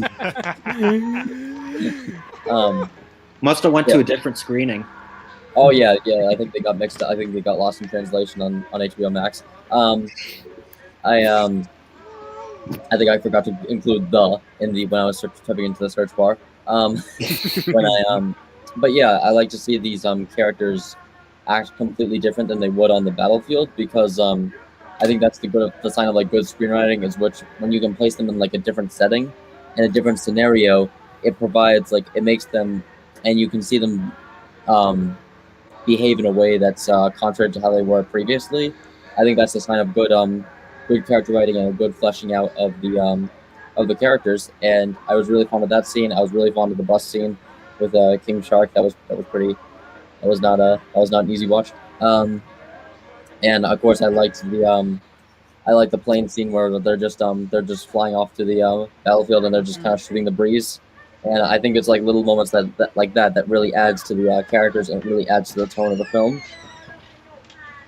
And again, as far as like my favorite line, you can tell that this movie was really paying homage to like 70s and 80s action films with like the one-liners and like kind of similar to like I hate to make the comparison, but Predator. I think that this movie has a lot in common with Predator. With something. Yeah, like even like the settings and stuff kind of feels like an '80s action movie, like with the jungle and stuff, like Rambo and stuff. Exactly, and I feel like you can really feel that influence all throughout each scene. And yeah, I think it was like it's a credit to like great screenwriting from James Gunn and great directing from him as well as good performance from the cast. Also, another one of my favorite scenes in here is the scene with Bloodsport and his daughter, where they're just basically arguing. It gives you what you want to know about Bloodsport. You stole a stupid TV watch. It does other things. And then when they're just saying F this person or F you, fuck you. You. And also the scene where he threatens Amanda Waller. I'm like, that got intense. I was like, you threatened my fucking daughter. Yeah. Like Viola Davis and Idris Elba, no matter what movie they in, they always bring their A game. Yes. So with Kenneth, let's go to his favorite scenes. My favorite scenes.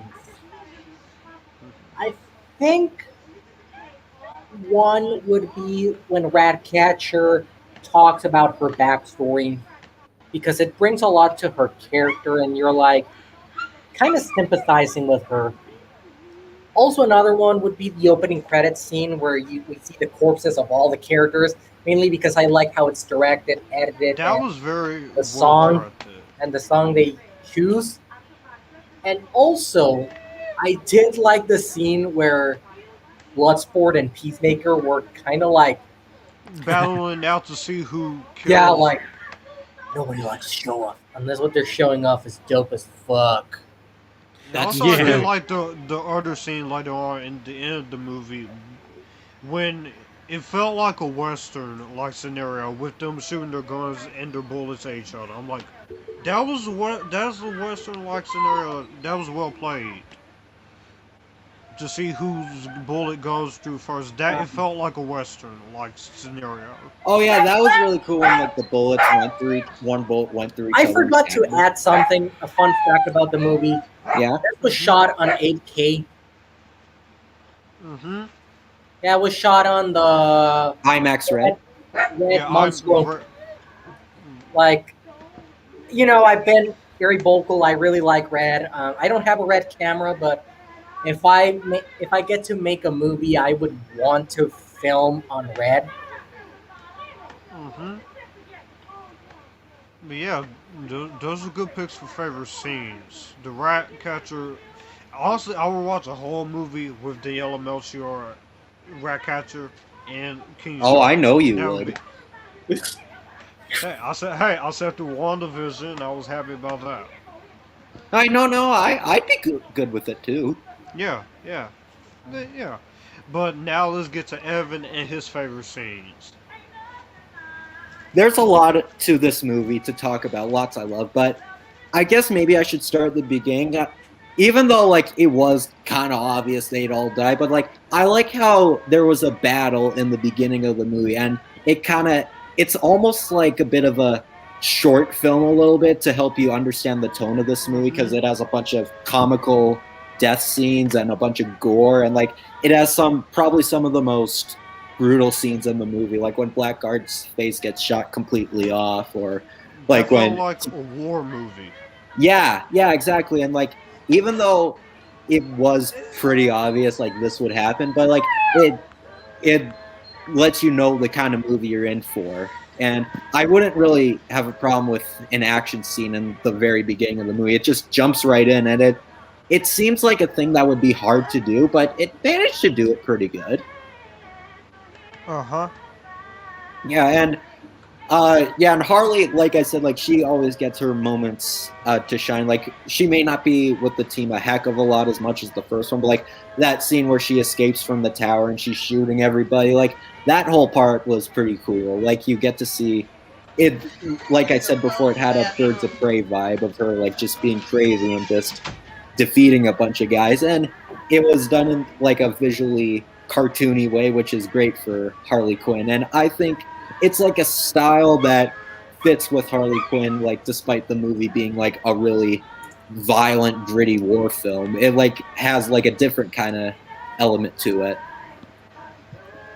Mm-hmm. Yeah, and I like the scene, yeah, like you said with Bloodsport and Ratcatcher, like I actually did really like their scene together, and like at first like you think Bloodsport's relation, like fear of rats, like it's set off as a joke at first, but like To be honest, when I saw the trailer and they said like I'm gonna get you out of here alive, I'm gonna get you out of here alive, I was like, are they gonna start flirting or something? No, yeah, Danielle's probably too young for Idris. Yeah, but I was like, No. because it kind of looked like they were flirting. Yeah, I guess I felt could understand that. I felt vibe, a but- father-daughter vibe rather than a flirtatious vibe. Because No, but I mean she's in the 20. trailer. Mm-hmm. The trailer, when they said that, it kind of felt, without the context, it felt like they were flirting. Yeah, because that was like Yeah. the only section they used in the trailer. Mm-hmm. To me, it felt more like a father-daughter type moment. Yeah, like he's more protective of her. Yeah. Also, any think moment about with King that. Shark was the standouts. Yeah, he was funny. I agree. Yeah. Sorry about my dog, everybody. He's a crybaby. That makes Now, sense. I love how the movie also, like, during the King Shark kind of had a Hulk smash moment with Starro. It's like, no, monster is num num. Monster num num. Yeah, that's right. Uh-huh. Yeah. Like, it's this movie's equivalent of Hulk smash. The big dude gets his finishing move. Okay, Yeah. he doesn't finish him off, but like, now we get to our thoughts on the post-credit scene and where do you want to see them go next in a third Suicide Squad movie. So I guess I'm gonna say, as far as the Weasel post-credit scene, I like we said at the beginning, I clearly thought he was dead, but when he woke up, I'm like, you didn't kill Weasel. But then also the Peacemaker scene with Steve Raji and Jennifer Holland going to the hospital made me even more interested on where Peacemaker's gonna go. As far as the third suit, What does that dog want? he's a crybaby. Stop it! He's a crybaby. But where they, as far as where they want to go next with a third Suicide Squad movie, I would like to see the returning survivors come back, but also do what like you did with this movie. Bring in some more other characters like Deathstroke, Livewire, Poison Ivy, Man Bat, Condiment King. Condiment King. The Penny Like, Plunderer. I have the that could, feeling that if they make a Suicide Squad 3 and they include Condiment King, he's the first one to die. No, Yeah. they should include Mouse Man. Also, I would like to see Killer Croc return, but done better. Deadshot. Yeah, Deadshot and hopefully Katana, but since she's an anti-hero, I don't know. Plus, with R rating, you can really let Katana loose. So I think Deadshot could have worked in this movie because Will Smith's comedy delivery would have worked with the script this movie had. But I do But have the feeling James Gunn would have killed Deadshot. Probably. I don't think he would kill Deadshot. I'm not sure if they would have done the whole daughter thing again, though. Because Bloodsport had his in this movie. Because it was established in the first one. But that's what I would do. I will also use another weird villain again. If James Gunn, anything James Gunn does in DCEU, I will support. See what he could do with Suicide Squad 3. Yes, I know this movie underperformed, but I don't care. Fans like it, COVID. audiences like it, and that's all that matters. I was so glad I saw this in a movie theater and not on my TV. So, Yeah, I was like, doesn't matter. I'm seeing this movie in theaters. And I'm glad they were open in my area. Yeah. Just in So, time. Joey, what do you think of the post-credit scene, and what would you want them to do for a third Suicide Squad movie? When it comes to the post-credit scenes, I don't really have any major thoughts. It was kind of just like, oh, okay, those happened. In terms of what I want them to do with the Suicide Squad 3, I feel like that a lot of these characters, their arcs are basically done. I don't know who I would want in a third one. Yeah, I don't really have many major thoughts on this topic. Okay, let's move on to Patrick. I was surprised to see Peacemaker and Weasel alive. When they first announced the Peacemaker TV show, I had assumed that the character would. This was before the movie was released. I assumed that the character would get killed off, and I thought that the show would be like a prequel. I thought so too. Yeah, I don't know why I thought this, but eventually they turned out he's alive, and I guess they're now gonna make a sequel, like a pseudo sequel, spin-off. So that's exciting. I'm excited to see where they go next. Obviously, I'm not one for fan theories. I would like to just see the real film play out as is. I would like to see maybe I can hope that Katana gets the same upgrade that Rick Flag had in this one. Because if he can get one, why can't the previous characters? And I'm looking forward. Overall, I'm really looking forward to the future of the Suicide Squad. Yeah. Okay, Kenneth, your turn. Well, when they revealed that Weasel was alive, I'll be honest, I had that spoiled actually. Yeah, because I was looking for a video on YouTube, and on my recommendations, there was a clip of Weasel he was still alive. Oh. I didn't click on it, but I was like, fuck. You just read the title and you're like, well, great, now I know Weasel lived. Yeah, this is what I hate about this same day release schedule, that it enables a lot of these pricks to, post clips filled with spoilers. Yeah, because with streaming and stuff, it's easy to get. For example, with Black Widow, the Taskmaster twist, I actually had that spoiled. They only do this without even putting a spoiler warning. Yeah, they were Put like, a "Oh, we saw the put a movie, so warning. fuck off." You're ruining a movie for anybody, Yeah. everyone else. Continue. And when Peacemaker was revealed to be alive, like Patrick said, when they said that they were going to make a TV show, I assumed it was going to be a prequel. But then James Gunn, I think, made a comment saying that he wanted to do more seasons of Peacemaker. So I was like, either A, this takes place a number of years before the first Suicide Squad, or or he survives and the show is a sequel. And well, it's going to be the latter. I do. I think I heard that it's part of prequel since it also explains Peacemaker's origins. So it's probably going to be a prequel and a sequel at the same time. And yeah, actually, that got me more excited to see where they go with the Peacemaker. And if they make a Suicide Squad 3, I hope they bring back Deadshot and Katana. And if they make, and I hope they include Deathstroke and other D-list villains. Deathstroke would be good to see again. Did you just call Deathstroke a D-list villain? No, other D-list villains. Like, we almost believe that. No, because how dare you underestimate Deathstroke? No, because most of the characters in this movie were D-list villains. Sure. I was like, I hope they bring more D-list villains. Yeah, if they bring a Katana into Suicide Squad 3, I think she can get a massive upgrade.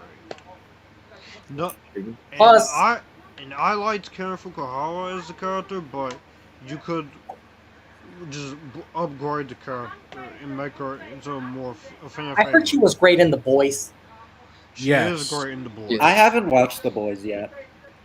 I want to watch it, but it's just the Amazon Prime stream is just crappy. The quality is just crappy.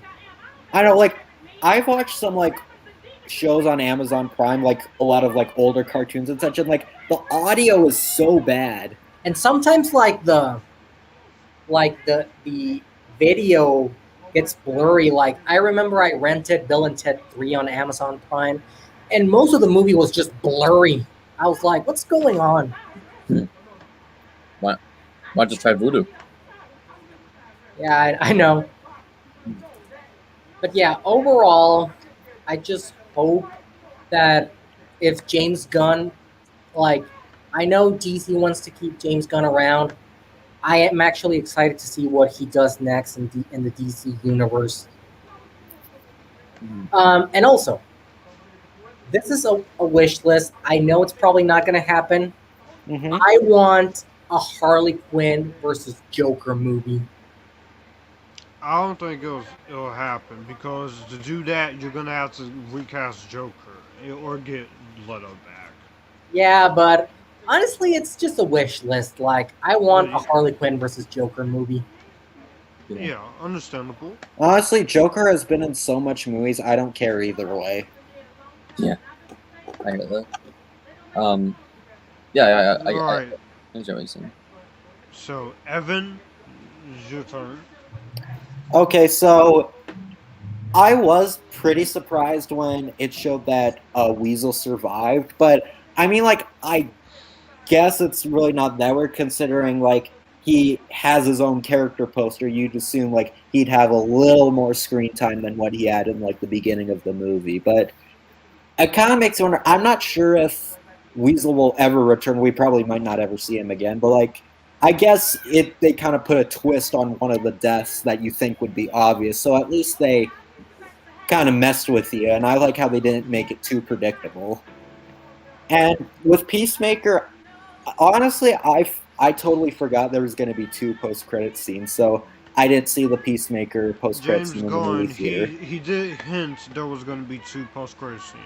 Yeah, I know, but at the time I just forgot, so I left the theater before it even started. But I'm glad to see that he was alive, and because I really liked him as in the movie, and I'd like to see more of him. And heck, I don't know if we'll ever see this because there's not as much cameos in those movies as of lately. But like, I wouldn't mind seeing like Peacemaker cameos in like other DCEU movies. Like maybe like I don't know, like I'm pretty sure we probably will.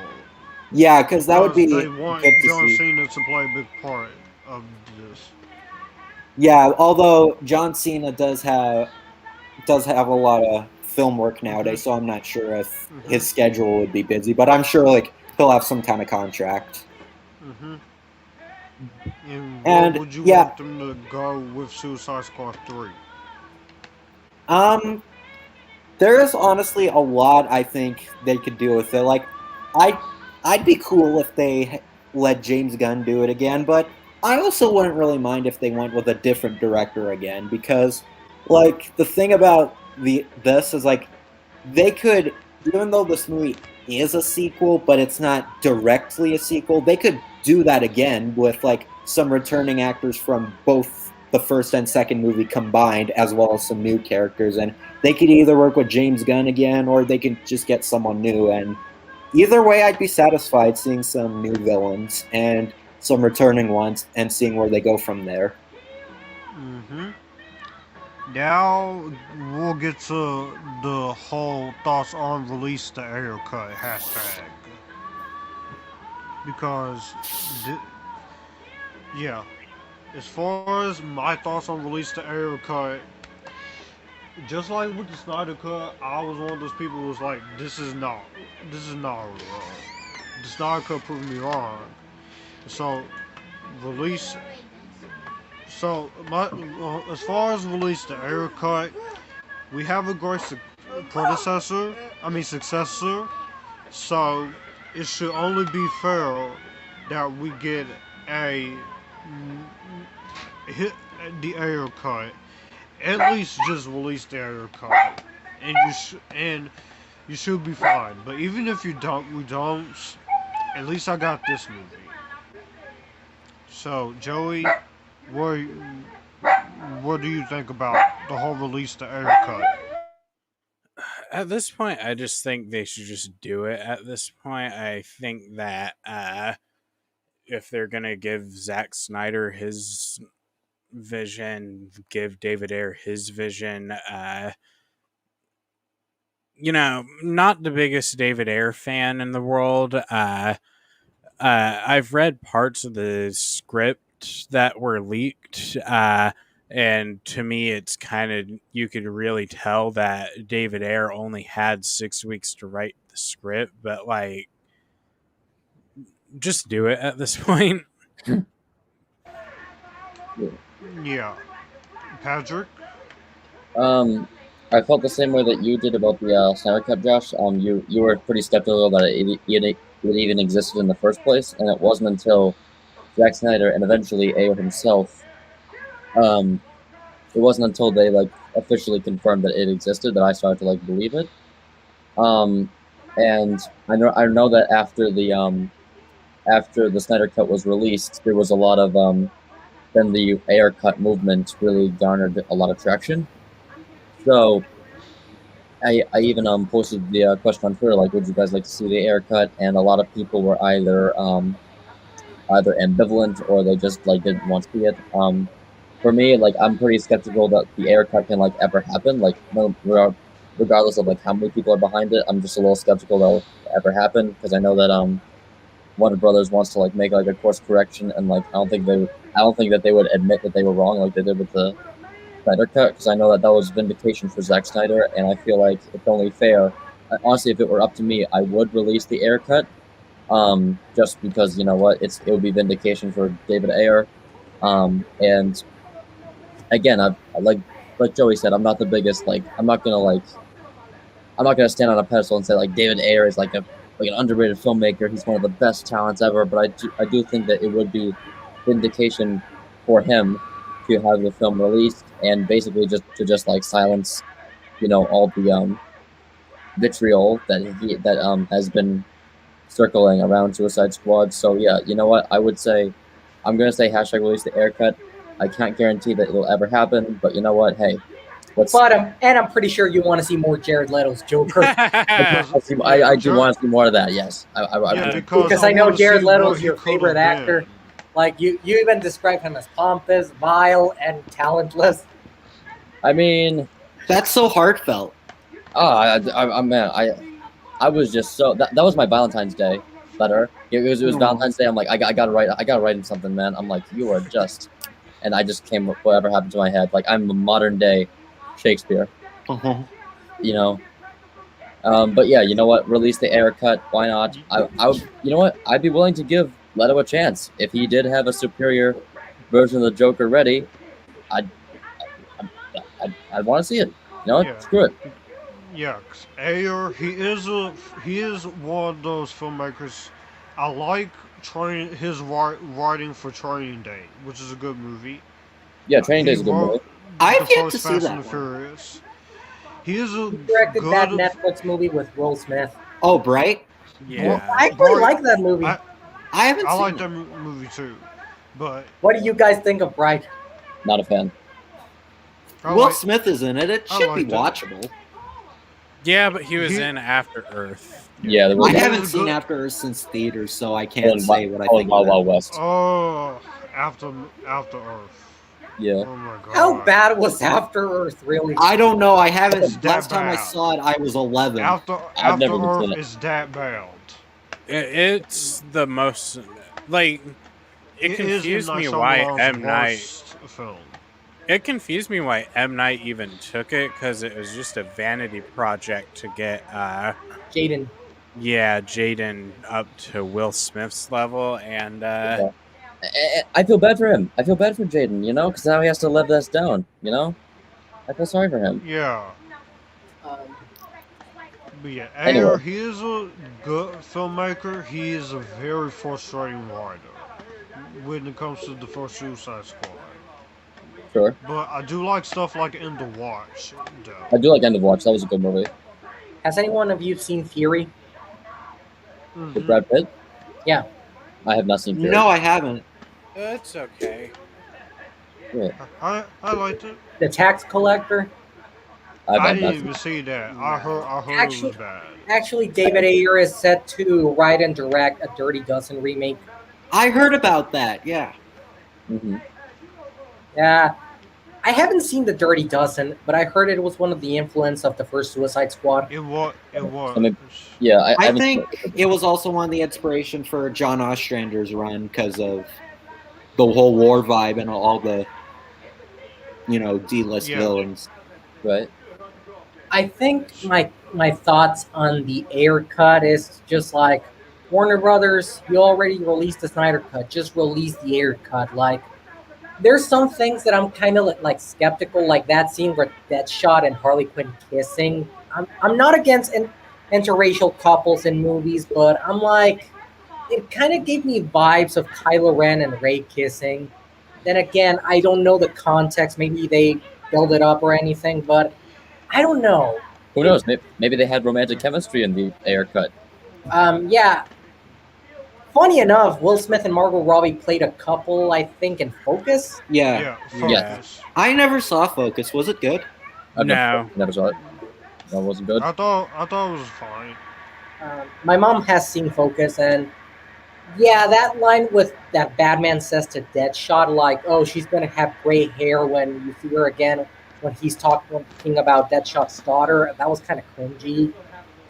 I did like the line of the script where Rick Flag and June are having like a romantic moment, and Amanda Waller said, I hope you're using protection. We don't want you spawning the Antichrist. I thought that was actually kind of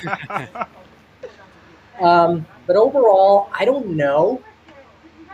And as far as Jared Leto's Joker, I know that a lot of his scenes were cut. And what I liked is that originally the Ayer cut was going to show the more abusive relationship between Harley Quinn and Joker. That is the thing that I hold against this Ayer cut, is the abuse. Because we all know how I react to it. Yeah, and the thing is, at the end, at the end of the original cut of the the cut we got, Harley Quinn goes back with the Joker. Yeah, So yeah. originally, at the end of the Ayer cut, she rejected him. Yep. That was the idea. Like, the Joker was going to break her out and he wanted her to come back to him. And she would just say, fuck off.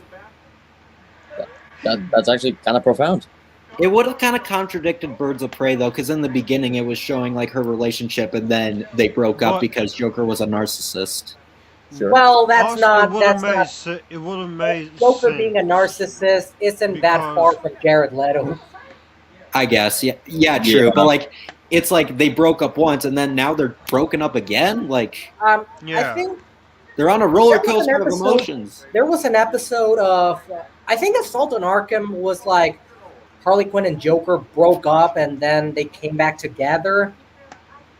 Like, so Mhm. it is a bit of a roller coaster, but to that I say just release the damn thing, Warner Brothers. I don't Just- care yeah. You if don't it have sucks. to restore I don't the care. Snyderverse if you don't want to, but just release the Ayer cut. Like, here's the thing. I don't care if it's better, if it's like the best comic book movie ever, or if it's better than the Suicide Squad, or it's way worse than Suicide Squad. I just want to see the Ayer cut. Yeah, just Yeah. release it and then all be forgiven. Honestly, What are your thoughts on the release the Ayer cut, Evan? As I said before, like at first I was kind of confused because David Ayer once said this studio cut is my cut, but then like more information. I guess because after the whole Snyder cut movement, I think maybe he was probably being more open about it. But honestly, even though I loved the Suicide Squad movie we got, like I wouldn't be against it either way. Like if they wanted to release it, I mean, they wouldn't completely wipe out the one we got out of existence. I guess different people, depending on which version they liked, it's a win for everybody. And like I can still like enjoy what we got, and it would. And some of the fans that wanted the Suicide Squad movie, which was Ayer's version, I guess, for if they wanted a more like grittier, like a more ominous and like more violent one, but like without like all the flashy stuff. I guess if that's more up your alley, it could be like a version you'd want if you want more of a David Ayer-esque movie. Yeah. So yeah, like while I'm not like I'm not totally interested in like a version that I want to be better, but if other people want it, then just release it, because if you want to please the Snyder fans, might as well please all the fans. Yeah. that's very true. I can get behind that. Now we get to our final thoughts on the Suicide Squad. As for me, this is in my top 5 favorite DCEU movies. This is definitely gonna be in my best movies of 2021. This is one of the best superhero related things to come out of 2021. I'd probably say this is number 3, right next to Zack Snyder's Justice League and WandaVision, which is number 1. Because, you know, bias, because it's Wanda Maximoff. Hmm Elizabeth ahead. Olsen. Oh yeah. Well, I think I know why it's your favorite. For those who don't know, Josh is a big fan of Miss Elizabeth Olsen. I was not aware of that. Not this was news to me as well. It's true. Totally. That's true. That's true. That's true. Yeah, like, who can blame him? Elizabeth Olsen is one of the most beautiful women alive. hmm Mhm. But I was very happy with what we got here. Of course, I would like to see more of this, especially with James Gunn and whoever is on board with DC. I was very pleased with the characters. You gave me a new fan favorite character many favorite characters that I like from Ratcatcher, which of course, I do want to see more of Daniela Melchior and stuff after this. I'd be up for it. King Shark, Peacemaker. This movie just spoke to me. I want this is and it was I think is a major step up from the 2016 version. And if at some point we do get the Ayer cut, I think I think Warner Bros. You will have succeeded in a better version of the 2016 movie. But if not, at least I have this. So, Joey, your thoughts? So I thought that the Suicide Squad gave me everything I wanted from a Suicide Squad movie, and um, it was over the top. It was gruesome, but it was also heartfelt, which is most important to me. Mm-hmm. Yeah, heartfelt is what's most important. Yeah. Patrick? Like Joey said, this gave me everything I wanted out of a Suicide Squad film, and like he said, it was also very heartfelt. Like I liked how even though it was rated R, it wasn't just violence just for like like the hell of it. It actually like there was exactly there actually was like a beating heart at its core, and I think that like I said earlier in the podcast, I think that DC has really been working with filmmakers who've really got a distinct vision, like Patty Jenkins with Wonder Woman. I already mentioned David F. Sandberg with Shazam, Todd Phillips with Joker, and now James Gunn with Suicide Squad, and hopefully Matt Reeves with the Batman, and I don't think those rumors are true. No. But Andy Muschietti. Like seriously, those were rumors by Doomcock. Yeah. Mm-hmm. Like who believes we got Doomcock? this covered? I'm sure people are just paranoid. Right. I'm not paranoid. Like that rumor I that they caught Robert Pattinson and Zoe Kravitz fucking in the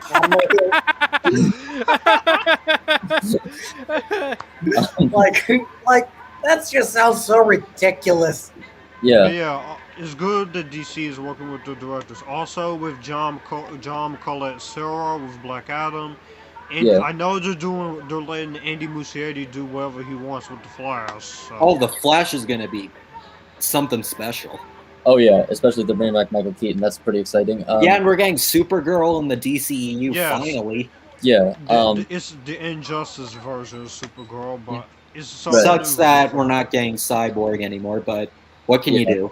That's the story for another day. I stand with Ray Fisher. I stand with Ray Fisher. I stand with Ray Fisher. We all stand with. And also Joss Whedon.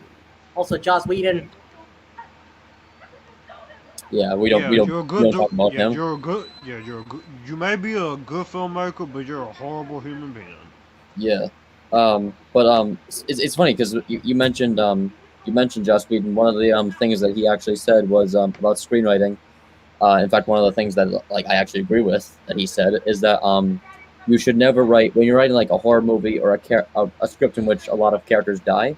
He says that no human life is expendable, and like no one should be treated as expendable. And I think that James Gunn really understood that with this movie is because everyone was really had like they had a reason to be there. They had their own little mini arc, regardless of how like prevalent they were to the story. And yeah, like I said, this film gave me everything I wanted and then more.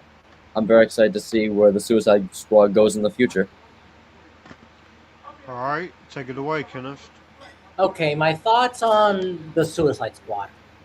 Like I said in the beginning, I don't know which one is my favorite movie of 2021, and either Quiet Place Part 2 or the Suicide Squad. I need to rewatch both to see which one is my favorite.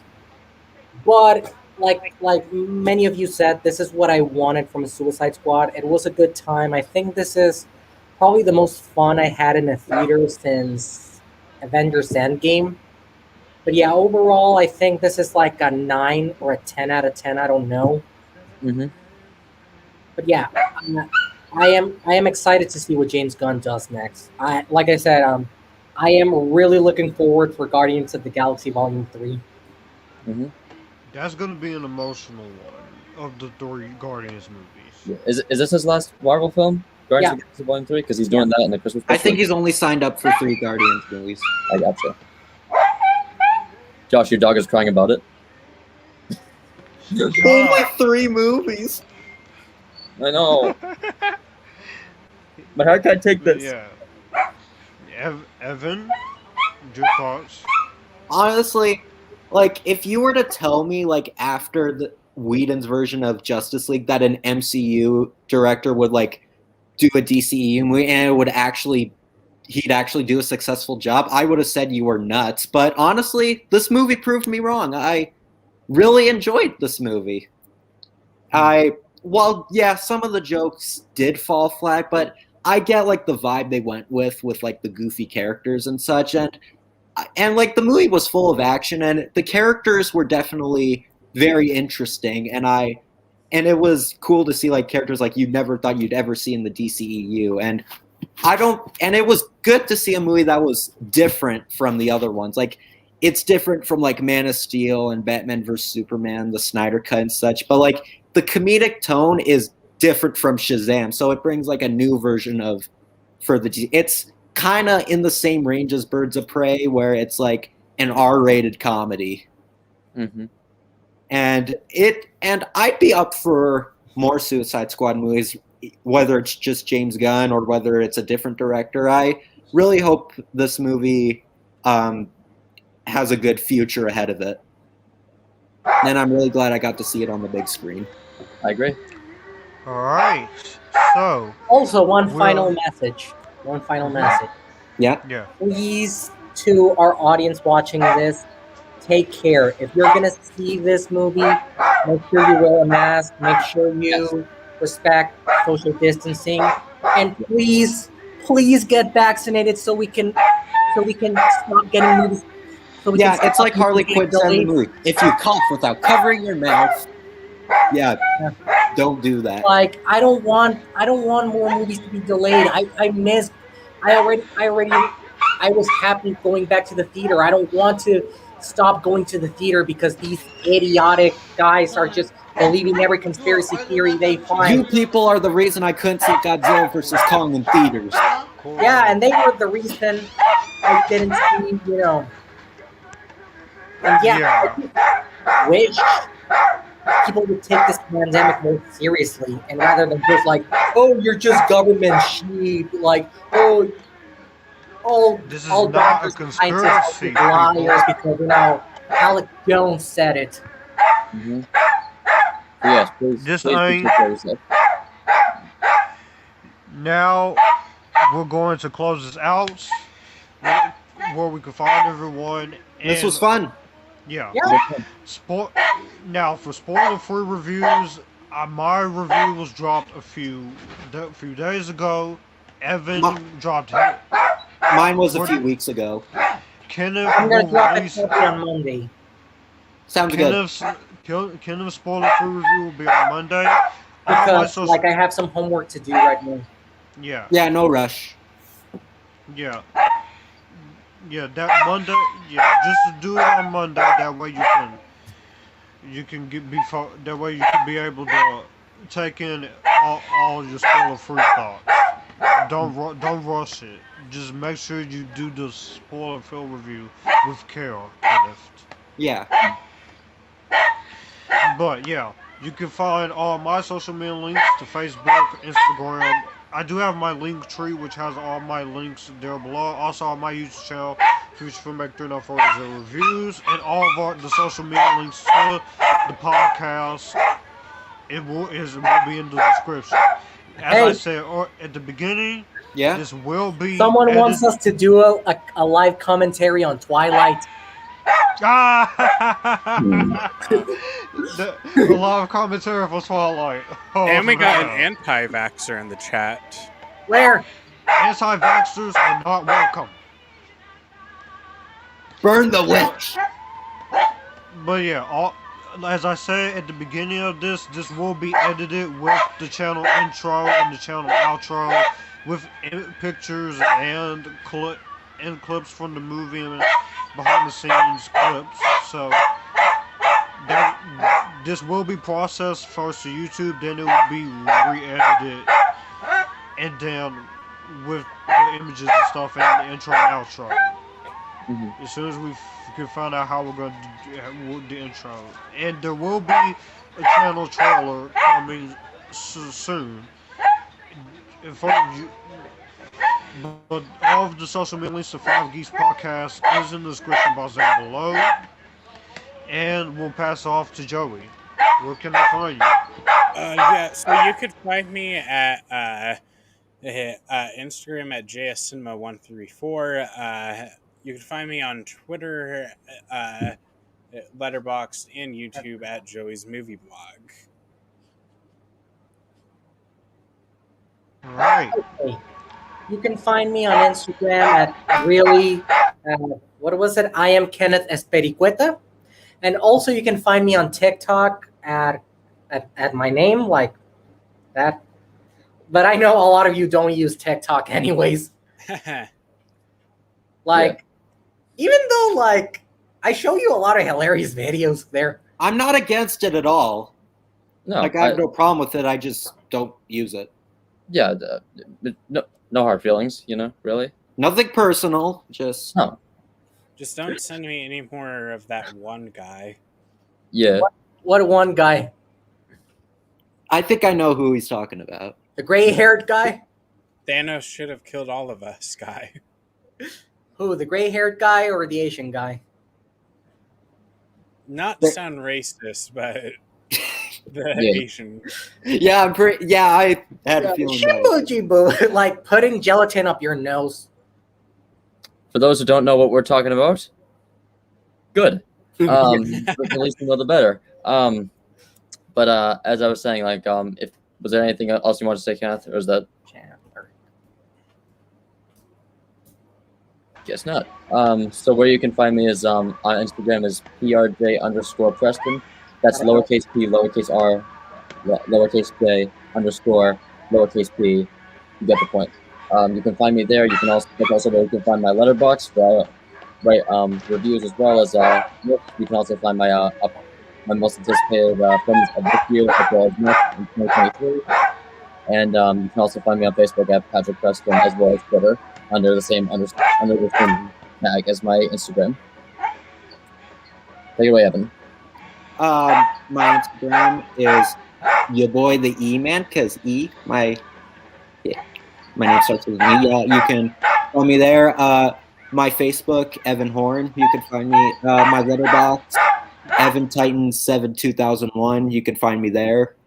And my YouTube channel, Evan the Cinema Guy. I'm pretty sure all of them will be in the description, so it'll be quite easy to find. So. All right. So that was the Suicide Squad. The next episode will be hosted by yours truly, Kenneth from Kenneth Movie Corners. Of course, I can give a tease. What will the next episode be? Yes, you can go. Yes, you can The do that. theatrical experience, and also a topic will be theatrical versus streaming. Yes. Sounds good. Nice. As I said, this will be re-uploaded and edited with images and clips in our intro and outro. Thank you, Eileen. This was really fun. Can't wait for the episode 2. Thanks, guys. Thanks, Eileen. With that being said, Thanks, Eileen. That's my mom. You guys have a good day. Hey, Patrick's mom. Enjoy the epitassiness, and remember, as always, we are the Five Geeks, and we love talking movies. We'll see you all for episode 2. Peace out, guys. Peace out. See ya. See Suicide Squad.